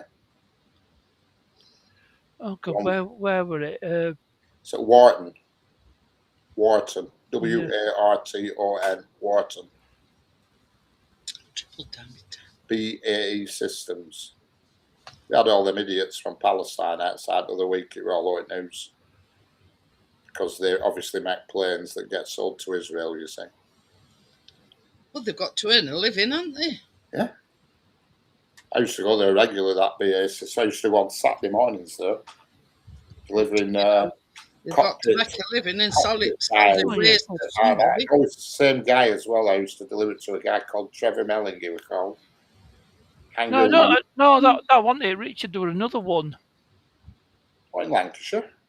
Yeah, I'm sure it was. I'll have you know, Stuart, he was quite high up. No, this one's near Lytham. Freckleton. That's Wharton at Lytham. BAE Systems, it's at Wharton. Let's have a look. I'm sure it was off. You've got Samsbury, which is Preston, and then you've got Wharton at Lytham. That first one sounds more like it. Well, Samsbury's just basically like a runway and a testing place. They don't really make anything. Yeah, that's the one, Richard. Wharton's the one where they actually make the stuff. Samsbury's just like, well, it's quite small now in Samsbury. There's not much happens there. They all land. Wharton's got that's the one, yeah. But Wharton's the one with the big runway with all military planes coming in and out. But the other one, it did used to have its own runway, but they've torn it up. There's planes in and out of Wharton every single day, but they're always military planes. It says, Gary says BAE are into missiles and have a shipbuilding contract for the Navy. Yeah, oh yeah, they're into everything. It's everything. But I used to go to Hangar 1 nearly every Saturday morning with just one wooden casket thing, and it was full of cockpit clocks and shit like that. One of daughter's boyfriend, he works there. He's working on that new cockpitless plane, and I can't remember what it's called. It's a plane it's a new fighter, and it's replacing the Eurofighter, and it's no cockpit, and I can't think what it's called. It's called something like that. I just can't think what it's called. And it's all controlled from the helmet. There's no cockpit. All the visuals the pilot gets in the helmet. But they're in some location thousands of miles away in an underground bunker. No. He still has to have a pilot, but there's no windows. Everything what he sees is in his helmet, and I can't think what it's called. Somebody will come up with a name in a minute. Yeah, it's that. It's BAE's new cockpitless plane, and I can't think what it's called. Just can't think what it's called. He's currently involved in that. He's on Megabucks. How the fucking hell he got that job is beggars belief. So I there fix. Can't think what it's called. It's just one word.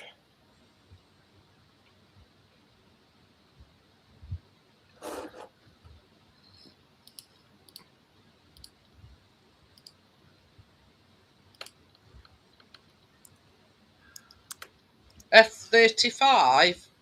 No, I Those are planes that Royal Navy are using on Queen 35 Elizabeth class cap. Lighting 2. F-35, no, F-22 at Raptor. What were F-35? It's got a name. It's got a name like Raptor, but it's not a Raptor.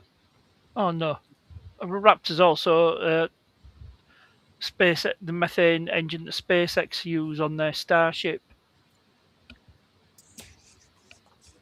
I It's can't. called Lightning 2 is F-35.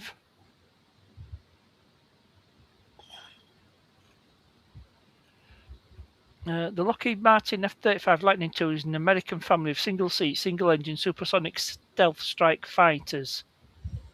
What's it called? It's got a name, and I can't even. I'm googling it myself, and I can't find out. It's the 6th generation of fighter plane, and there's no cockpit on it. I don't know what it is. Somebody's told me the name of it.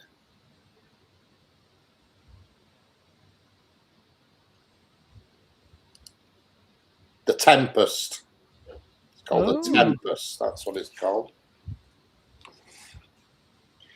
It runs on deep learning AI, cockpitless technology. Tempest. Yeah, I've seen that. All the UAV. The Tempest. That's what it's called. Oh yeah, 6th generation fighter. Yeah.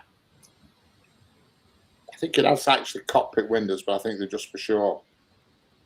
I think it's all in the helmet, in the pilot's helmet. He sort of looks, and plane goes where he looks, and all that shit. It's supposed to be a new thing. You know, it's supposed to be out in 2030. 2035. Gone to Wikipedia. Your life, Israel, and UAE avoiding them all. It says the Tempest is a proposed 6th generation stealth fighter jet under development by Tri-Nation Coalition of the UK, Italy and Japan. That's the one. There you go. The Global Combat Air Programme. There's better things for them wasters. Scheduled to enter service in 2035. Yeah. And I knew it had a name, I just couldn't think. It's set to replace the Typhoon. Yeah, the Eurofighter.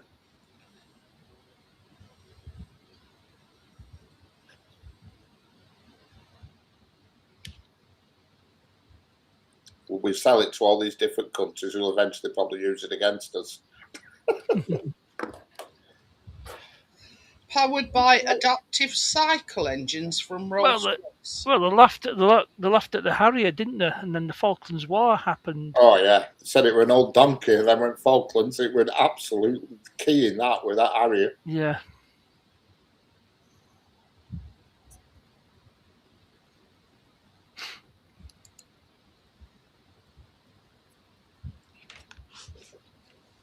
There's something on YouTube about it as well. Like yeah. I'll be right back.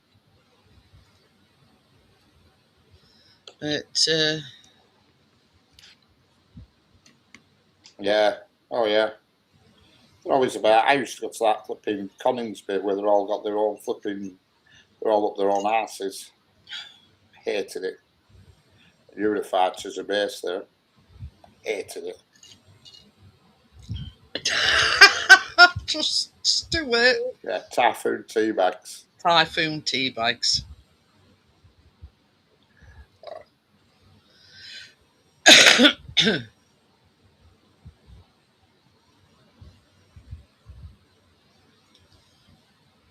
But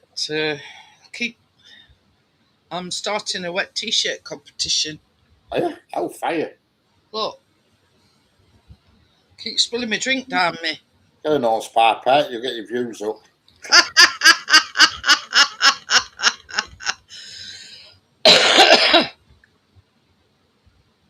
But I don't go for a piss. We're gonna be having a flipping wet jockey wires competition.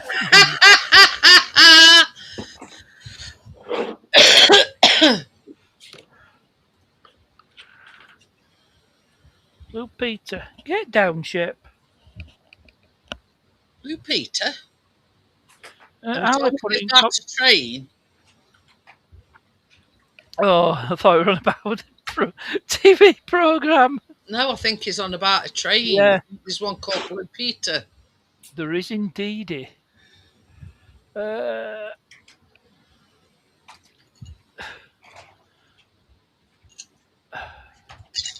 Baby. If you have a Blue Peter badge, you can get him for free. Please.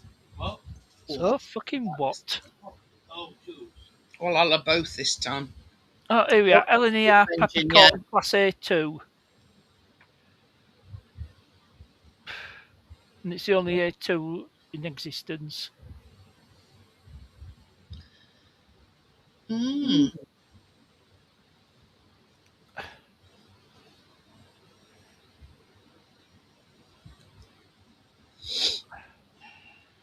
It was actually originally named after a racehorse.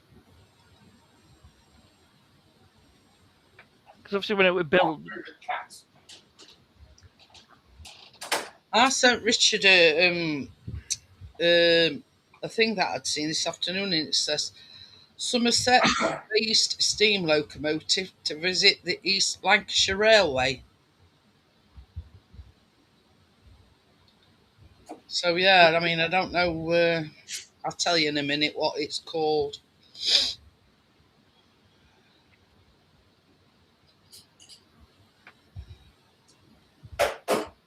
And it's going to this steam gala thing. Ooh. I've got a video at Sir Nigel Gresley on my channel. And it says Great Western Railway Manor 7828 Odney Manor is set to visit the line for its gala between the 16th and 18th of October. The 7828 visits the courtesy of the West Somerset Railway and returns back to its old home, having been a resident between 1993 and 1995. And it hasn't visited for more than 30 years. There you go. So there's a steam engine visiting Richard's neck of the woods at the gala or whatever. Did you see Blue Peter yesterday? No, I didn't know. He's not allowed to receive BBC broadcasts. Because he doesn't pay for a TV licence. I haven't actually done any videos of late. I'm not doing any until 1st of June. And then I'm going to start again in a vengeance. I've had May off. I'm still uploading shorts. I upload a short every day because I've got flipping hundreds in the bag. You know what I mean? But I've got a project on the go as well, Orly. I am doing a railway history documentary, which is almost finished. I just need to visit one more building. Yeah. It's been a while in the making, hasn't it, Richard? Not like Orly's documentary. We've been waiting 3 fucking years for that. Mine took about 3 months. But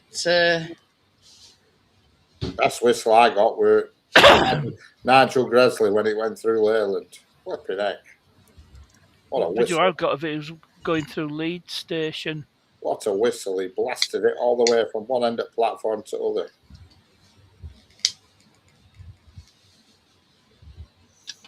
But I mean, no like that ever comes this way. Cause I mean, you know, I like after all trains. I love steam trains. You know what I mean? But no ever like that. They do go through Sheffield quite often. Is it? I bet there's one or two a week through Sheffield.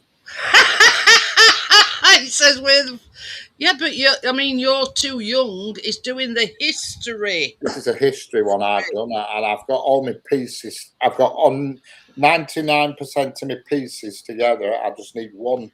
I need to visit one building, and I've had a drive past it actually yesterday, but it's an old station, but it's now a frigging dog's home or something, so a cattery or a kennels and Battersea Dog Road. You know, it's not. But the thing is with Harley is not part of the history. Yeah, you're a train spotter, but you're not. It's the history. Yeah, this is a history. This will be a history video with a bit of narration.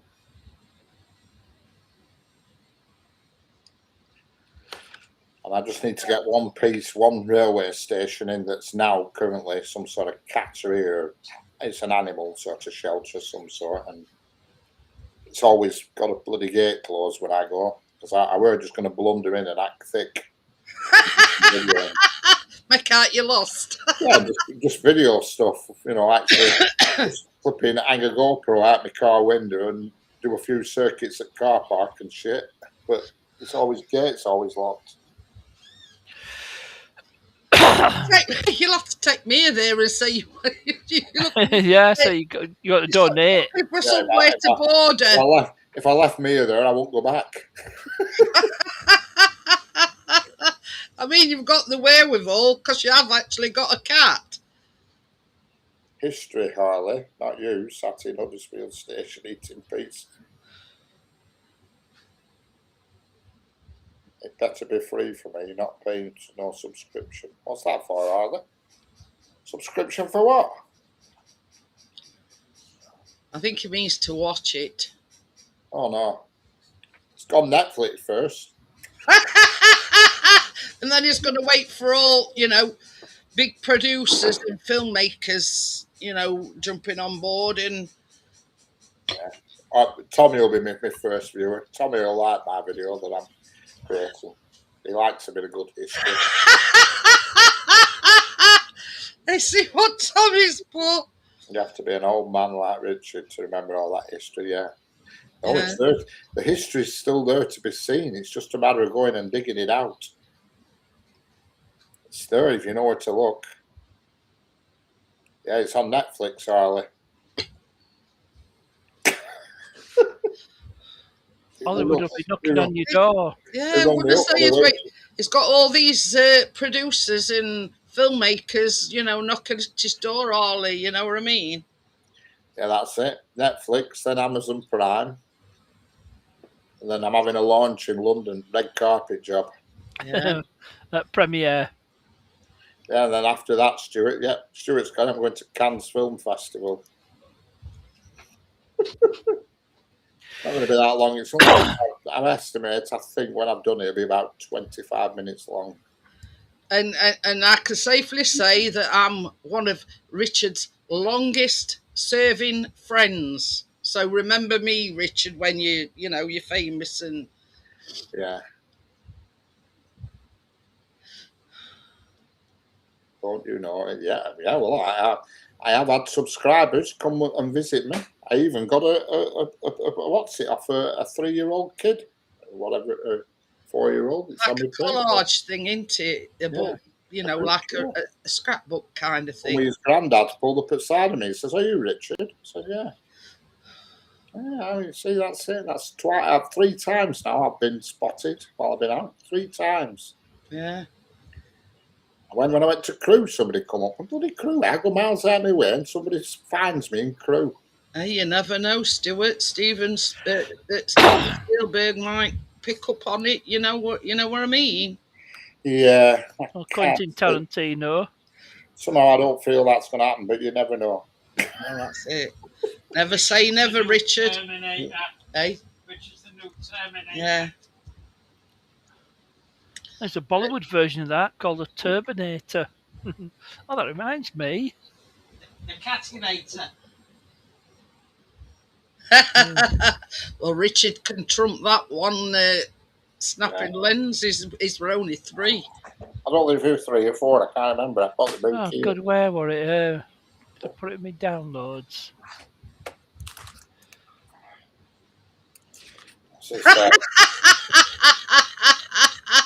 To Richard I.B. Real from Matthew. I am 4.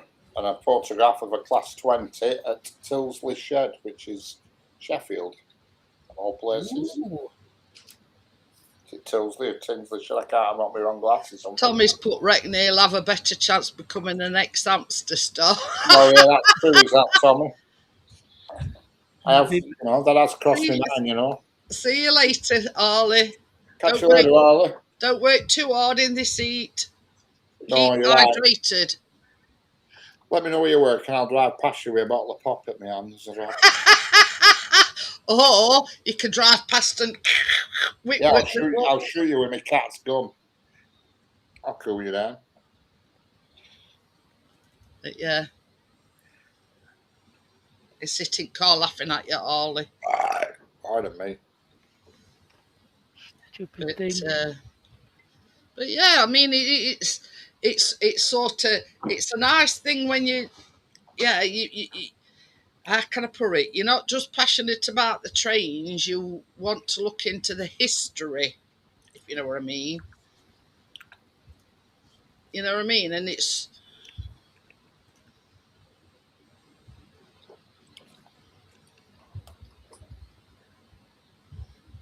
There you go, the Turbinator. The Turbinator. I've got one of them with me on it. 4 2-litre bottles. Okay, Arlie, I'll let you off. See you later, Arlie.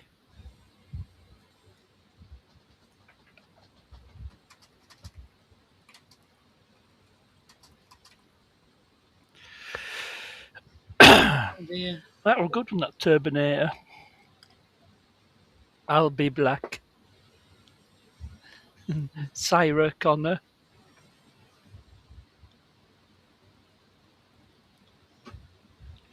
Of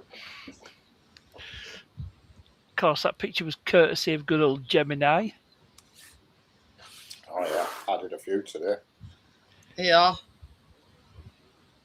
That's brilliant. That. Mr. Muscle. Mr. Muscle. Loves the jobs you hate. Yeah. I mean, why has he got bottles floating around his hip? When I started, creating it, it wasn't exactly what I was after, but yeah, it's good. Try sell it, bang. Bang, and the dirt is gone. What's his name? Barry something or other. Barry Scott. Sorry, Barry what? Barry Scott, I think. Oh, that's him. Yeah, that's the one. Yeah. Oh, Barricade. I'm trying to find one. I did one with me. Gary's not seen any of these pictures, has he? Hey up, Gary. I did a shitload the other day. You've not seen none of them.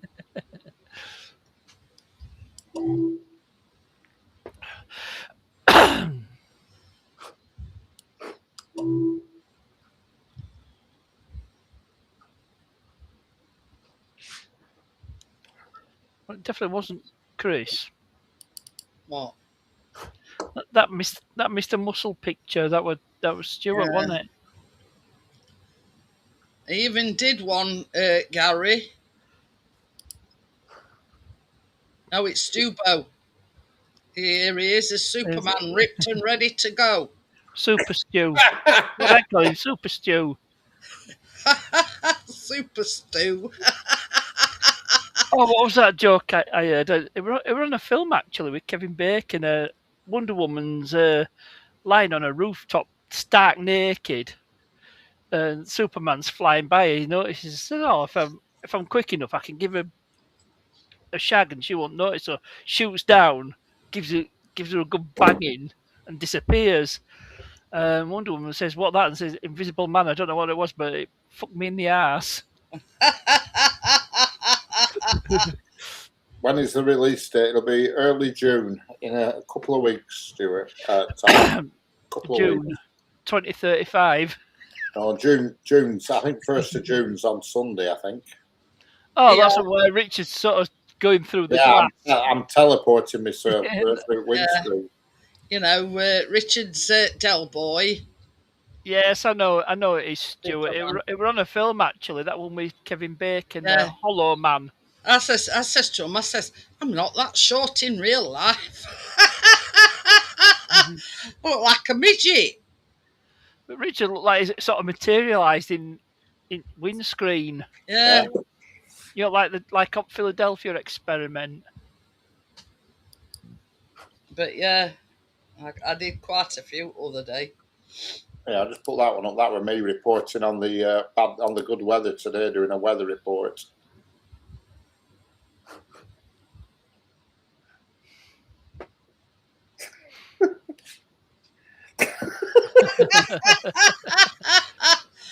Yeah. News News 8. 8. You look older than that on one. your face, Richard. You what? I says, Look I at love least the 10 years expression on older your in that face. picture. Fake Rolex, yeah. Or did you get that off Ian Matthews? He got the fake Rolex off the late Irish. Them fake Rolexes are bloody good, I'll tell you. I had one for years. They were really good, it were. Oh, I had a fake Omega Seamaster. But Rolex, it did have an automatic movement. Yeah, mine did. My fake Rolex had Yeah. Well, I've got a genuine Omega. Let's have a look. Hey, Gary with the 18. Even comes with box and papers. Could I have a tattoo? I'd never have a tattoo in a million years. I'm that one that's a bit tapped in head, aren't I? Well, I forgot what he's called. Yeah. Murdoch. Yeah, that's the one. Yeah. Oh, I've There you only go. just noticed There you go. Chris is he's got a cigar in his gob, but he's also got He's got one in his hand. in his hand and all. It's supposed to be Hannibal. Obviously, Richard's B.A. Baracus. Yeah. We Wrong all colour, right? But there you go. Wrong colour. Skin's the wrong colour. Well, oh yeah, I was going to say it was Senga. Supposed to be the face. Well, face man. That's Dirk Benedict. Oh, that's it. What was his character's name? Templeton Peck, but they called him the face man because Oh. he was a bit of a smooth talker. He could talk. And here's Chris in his Oh, favourite. This is my biggest fan. Chris were in his most favourite coat. Put that up. No. Stick it up. Oh, he Oh, I need this fan. Yeah, it would be. Well, his exact words were, "Port Nasty won't be seen dead in it." Well, I can't imagine why. That's a lovely. It's a nice jacket, is that? I like it. Suits him. Senga says she wants them boots. Which boots? I did one where they were all on carousel. Well, we were all on carousel. I think that's a good one on camel one. A holiday picture. You could easily pass that off as being, it's quite realistic for AI. That one.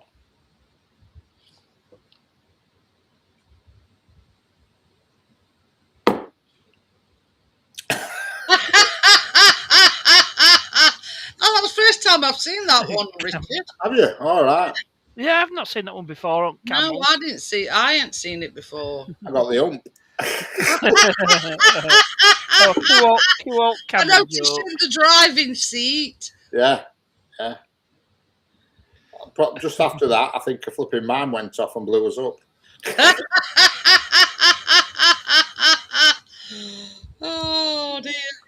Yeah, it's first I time think about it called camel, isn't there?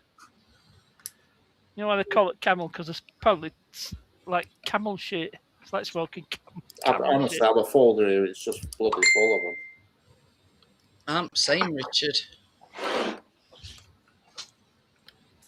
Oh, I think this fan's died. Who?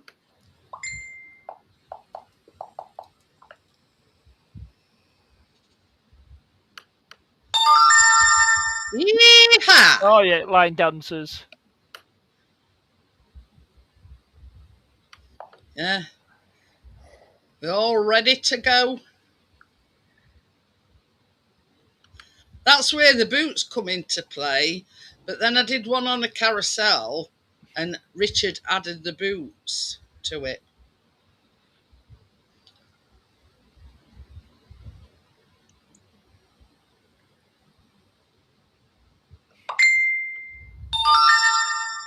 No, and I get the Mr. Ben treatment. Did you see? Did you not see that Gordo sent me the other day?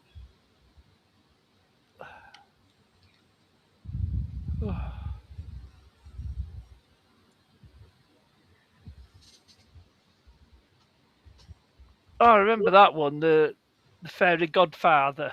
Yeah. Well, they did one of me as a Ghostbuster. Oh, I remember seeing that one. Oh no, I haven't seen that one before. But yeah, Don't cross the streamers.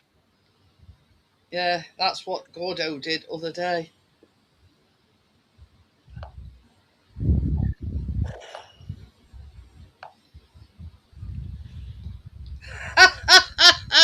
Hey up, I've got another one, Stuart. Right, just wait till you see it.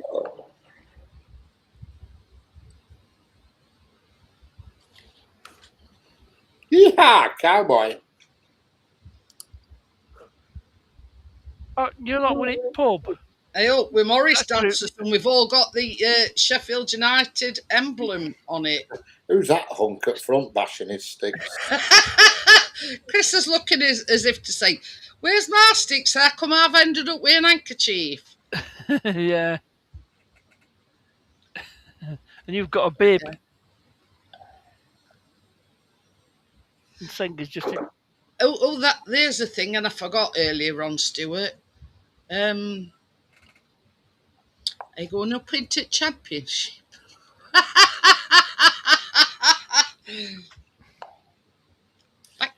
back to League One. Oh, you know that picture at Wooding Pub? It reminds me a bit. It reminds me of an album cover. It reminds me of this album cover.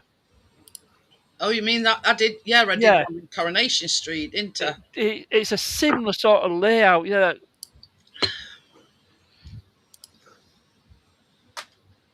And Didn't want to mean it, yeah. I did want to sing in fact, I I recreated that picture actually in the actual pub. Just thought I'd mention it, Stuart. I'll see if I can find it. Oh dear. Yeah, Richard done the Sanger in a Rangers dress. I haven't got that one, unfortunately. I'll have the icons are that small. I can't tell what it is. Some of them are. I'm not. Off piss, lol. Some of them are, when I really piss off. Push the limits a bit. So, I just. There's always next year, eh, Stuart?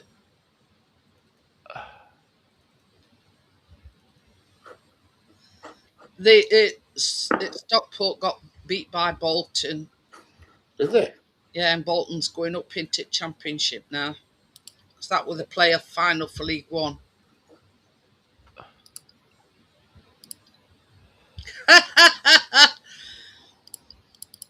No, I don't actually. I only know what Chris has told me. Hoops top? What's that? Wow, that was the one. I'm taking after Stewart because they lost playoff final. Oh, yeah. We got Bolton, you've got Wesley away, Wesley away. I wasn't going to say it, but What's hoops? Who's What's hoops? yeah. Gary says do me in a hoops top. What's a hoots? Chris doesn't follow it either. Why, what not, what not. Put you anywhere you want, Gary. Literally.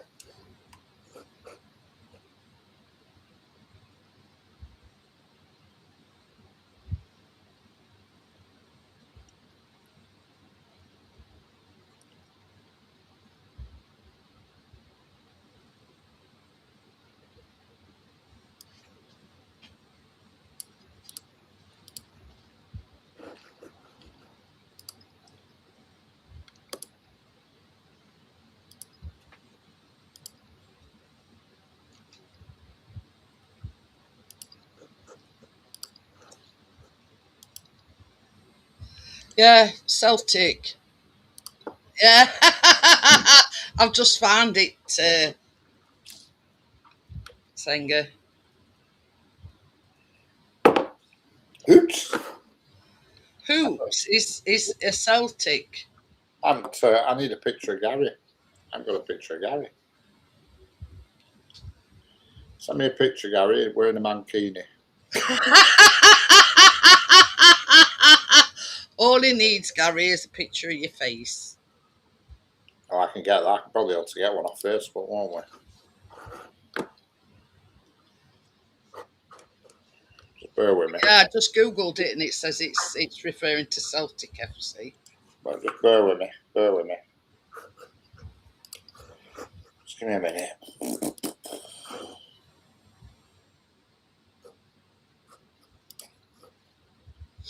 Oh, I've got him. I've got him. Bingo. Coming up, Gary. Bear with me. Oh, he's working on it, Gary. Working on it. Be with you in a minute. It's a slow process, but he's working on it.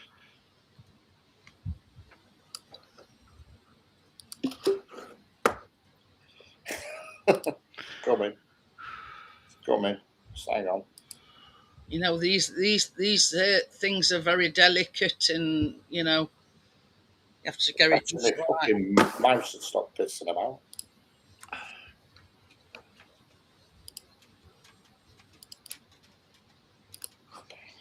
Let's see, Nick. Celtic, isn't it? Yeah.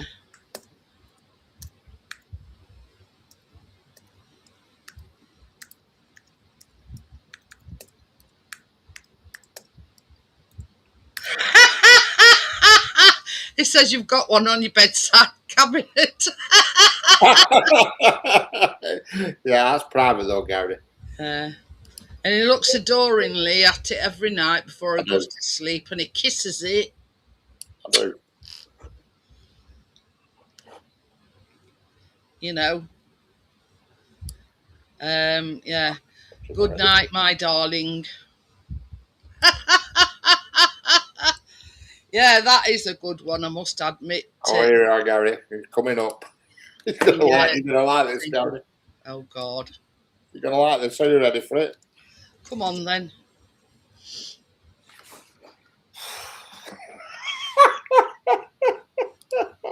So hang on, let me just sort my filing system out. It's getting a bit big. That's what she said. It's like mine, it's overtaking my photographs. Hang on, sort of get. I'm gonna have to put like them in a separate box. Here we are. There you go, Jeanette. Bang that up. Have we, Gary?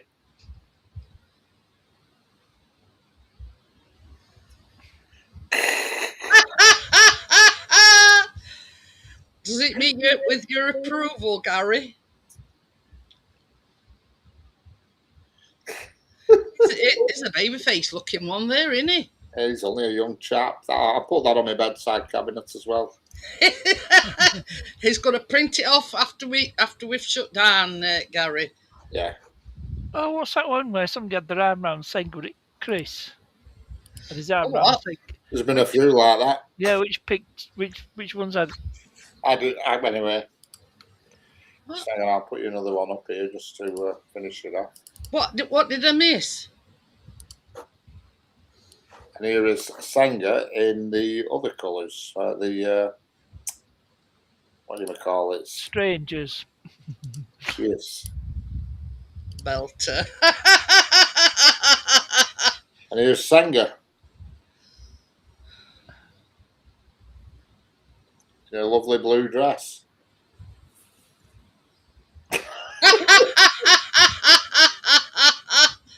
You do suit that colour, actually, Senga. I prefer the white, but I must admit you look all right in that. You always say never wear cross stripes, but you've pulled it off there. What about the stripes? No, I'm saying, you always say always wear vertical stripes, never wear horizontal stripes. But I actually got one arm tanned and the other one not tanned. He says I'm making a new YouTube channel with that. Richard's going to print it off, Gary, and have it on his bedside cabinet. Yeah. I don't Yeah, know if I've got Get quoted this bedside cabinet. Yeah. I've got the James Bond one here. That bloody many nights, I had to pick it out. I haven't got the James Bond one here. I've got the camel there. I've got the smoochy dance. I'm not putting that one up. I'm not putting the smoochy dance up. What with Senga in a wedding dress? Well, no, there's another one as well. I'll put it in. Yeah, seriously, she looks nice in anything.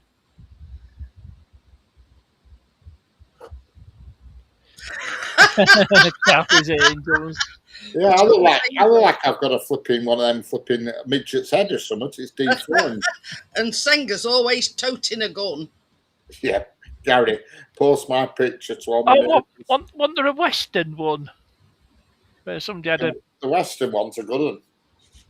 Yeah, I remember Western one, that were a good one. Gotta go for a pee. Jesus Christ. Yeah. But it's good that AI. Well, Gemini is anyway. Oh, it's fun. Imagine though, you could go to say your place of work and say, where did you go last week on holiday? You could put yourself in any country and bullshit people. Well, I went to Egypt. I met this blonde lass. We had a camel ride. You know what I mean? Hey, I've got one for you. Here. Stubo on Skegness Beach. That's more like it with knotted handkerchief. Faggot mouth and a can of Carlin. But I specifically asked for that, it. that volleyball one. But oh, that volleyball one that I did? Yeah.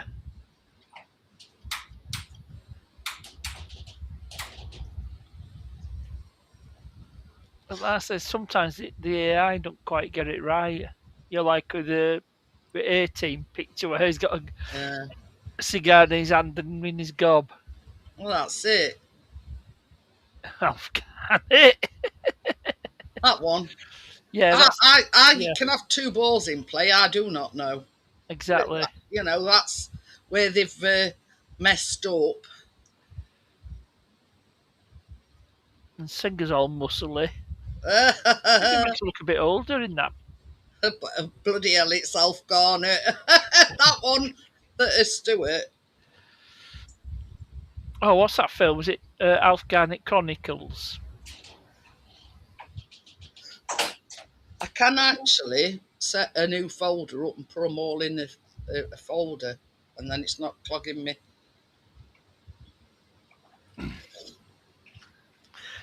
So I've not done a lot with Gemini just create some YouTube thumbnails. That first one turned out all right.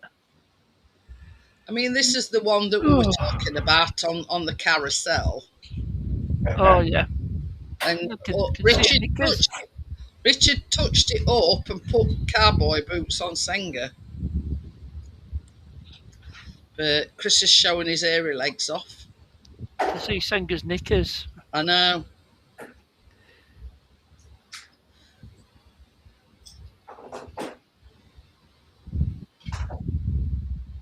See your knickers. Wee lassie. Adrian Muller knackered ears. Didn't the late Sue Townsend kill him off? Oh. I'm sure she killed him off before she Pardon me. popped her clogs herself. Who? Oh, I'm saying, didn't want the Adrian Mole character killed off? Yeah, that one's a good one. Oh yeah, roller coasters. It's like Senga's having the Richard's time face of her and life. Chris's face. Yeah, like I'm shitting myself there. More like eating the flies. Senga, yeah, side saddle. But it's amazing what you can do with this Gemini. There's one of Jeanette and Senga having a holiday in Glasgow. I don't get how they've got me right face when I'm on a roller coaster, though. Oh yeah, on the banks of the River Clyde. Yeah. Yeah. Senga and all her. I'm going to stand watching Senga while she goes for a jog. I was always thinking, why Sydney Opera House in background, but apparently that is called the Armadillo. Is Hello. that, Yeah. just reminds me of Sydney Opera House. But It was probably I mean, in real life, that dress is longer than that. So Honestly, I have about flipping 300 pictures here now. Ridiculous. Gary says class. But yeah, you know, this is the thing, Gary. If you've got, I mean, like mine is a Chromebook. Anything, you could do it on a phone. Yeah, could do it on anything. Just go to And Google, it's click the Gemini and it's powered by Google. The prison pic. Because I had to laugh because Senga said, yeah, even though Jeanette's in prison, she's still laughing her head off. Yeah. Oh, yeah. Nothing wrong with that. And Chris is a woman. Chris. Somebody tried that, making, doing a sort of female version of her. It was Snobby Scrap Picker. He had this thing before this AI were coming. I'm just going to do a multiple one here and see if I can add Gary into it as well. Jeanette's always smiling. A I know. full gang photo.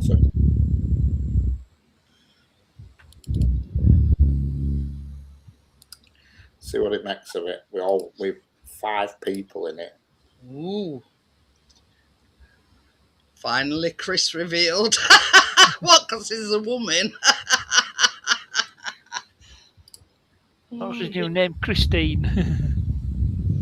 But yeah, I mean, Richard come up as Richard, and obviously me and Senga, and then Chris were a blonde-haired woman. Might not do this, but we'll try it. I get up. But yeah, you just ask Gemini, and like tonight I did one Ramjad. All you need is a photo. I've got mine from off Facebook, and you just ask it to create a scene, and I says just create a scene where he's dipping his feet in sea, and that's where it came up with. See what it makes of this. Bear with me a minute. Might be a bit challenging for it. This I've put 5 people in this, so we'll see what we get. It should be able to do it, no matter how many people's in it. I mean, look at that Morris Dancer one. Some ginger-haired bird in background. Oh yeah, redhead. Because I said in chat, is that Bria? Who's that in background? You know, that's what we want to know. It's done. Oh, that's fucking rubbish, is that? Well, Bria soon denied it was But must there you said, go. I'm not a redhead. So she's had I've a just done one, but it's brunette or a blonde. shit. It's come out shit for some reason. Yeah, but you can try it, can't you? Tell it you. It's not I shit. mean, if it don't come out how you want it to come out, you just put, can you change this or can you change that? Yeah, well, I didn't like any of it, to be honest. It didn't look like Chris had his tongue hanging out.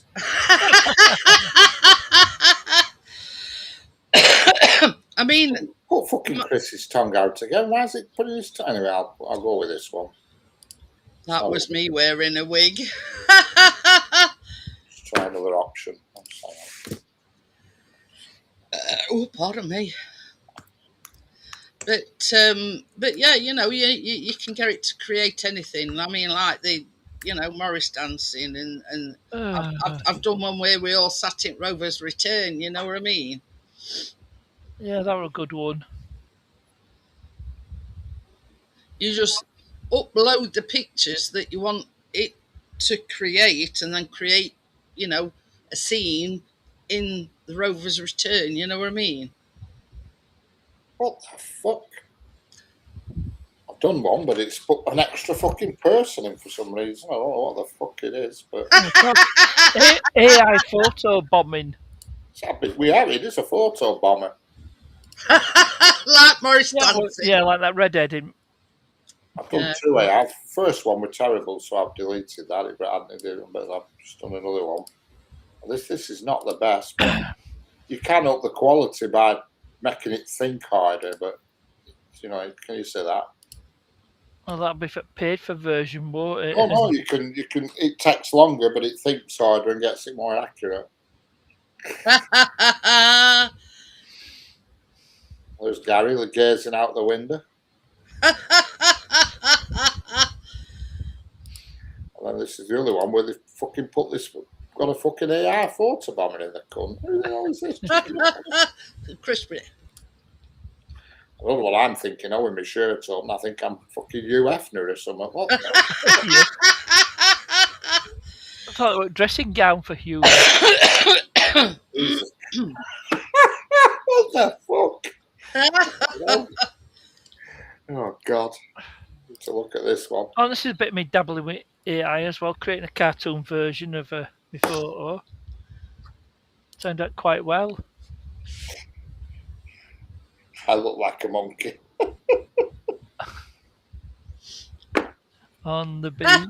Crispy tongue out again. Yeah, but who's the other guy, for fuck's sake? No idea. Mike Reed. Is it Mike Reed? I know, I thought that looks like Mike Reed. Look at me with flipping buttons undone and fucking big fucking daddy. Hey, look at me. My legs aren't that thin.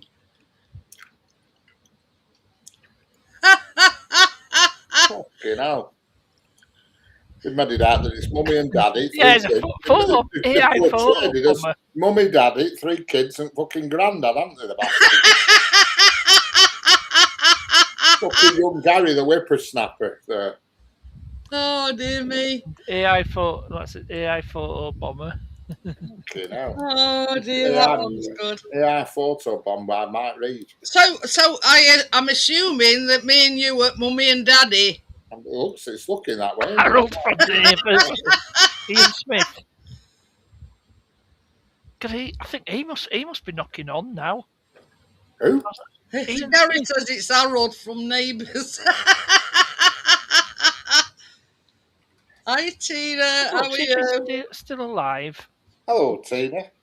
I think so. Well, they killed him off in Neighbours and then brought him back for some reason. He's 87, so he's still alive. Ian Smith, the actor. Ian Smith? The Australian actor who was Harold Bishop on Neighbours. All right. It's all right, we're just playing about with AI. Hi, Tina. Oh, dear. Having a bit of laugh. I'll have to put my thinking cap on tomorrow, Richard, and see what I can come up with. Yeah, I'm trying to think. There is. He's still alive, Gary. Yeah, he's still Part alive. Nest was, That's unusual for Part Nest to actually find somebody with a pulse. Yeah, no obituaries. Yeah, because They usually got a wooden bloody over. well, you remember Madge off Neighbours? She's still alive as well. Is the actress Hellfire. and Charleston? Yeah, well, they killed her off in Neighbours, didn't they? Didn't she have cancer or something? Mind you, that's saying no. Do you remember original opening credits for Neighbours, and you see Madge? She looks like Maggie Thatcher. Harold, he was supposedly dead, but he fell off a cliff or something and got amnesia. And then, that's it. Something like that. I don't know. Yeah, it was. That's right. He disappeared for yonks and then reappeared. Yeah, that's what I say. He come back from dead. Come out with some shit storylines. I mean, Neighbours and Dallas didn't they bring somebody back from? Yeah, we saw that with JR.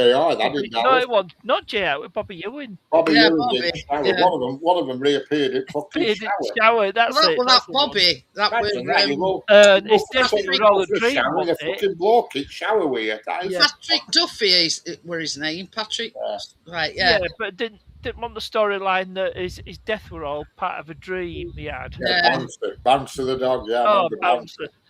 That dog is definitely dead. There's no doubt about it. Yeah. Anyway, on that note, guys, I'm going to get off and I will see you tomorrow night on the baking. Yeah, on the bacon. Kevin So Bacon. I'm making gingerbread tea loaf tomorrow and Nutella Rice Krispie treats. Wow. So one's no bacon, other one's, you can just stuck it in oven and, away you go. No frills, no nothing. So there you go. So I'll see you all on the next one, which will be the baking tomorrow. See you later, alligators. See you Bye. later. Bye. Bye. Bye. See you later, Gary. I'll pin up your picture later. Yeah, and along with that, dozen others.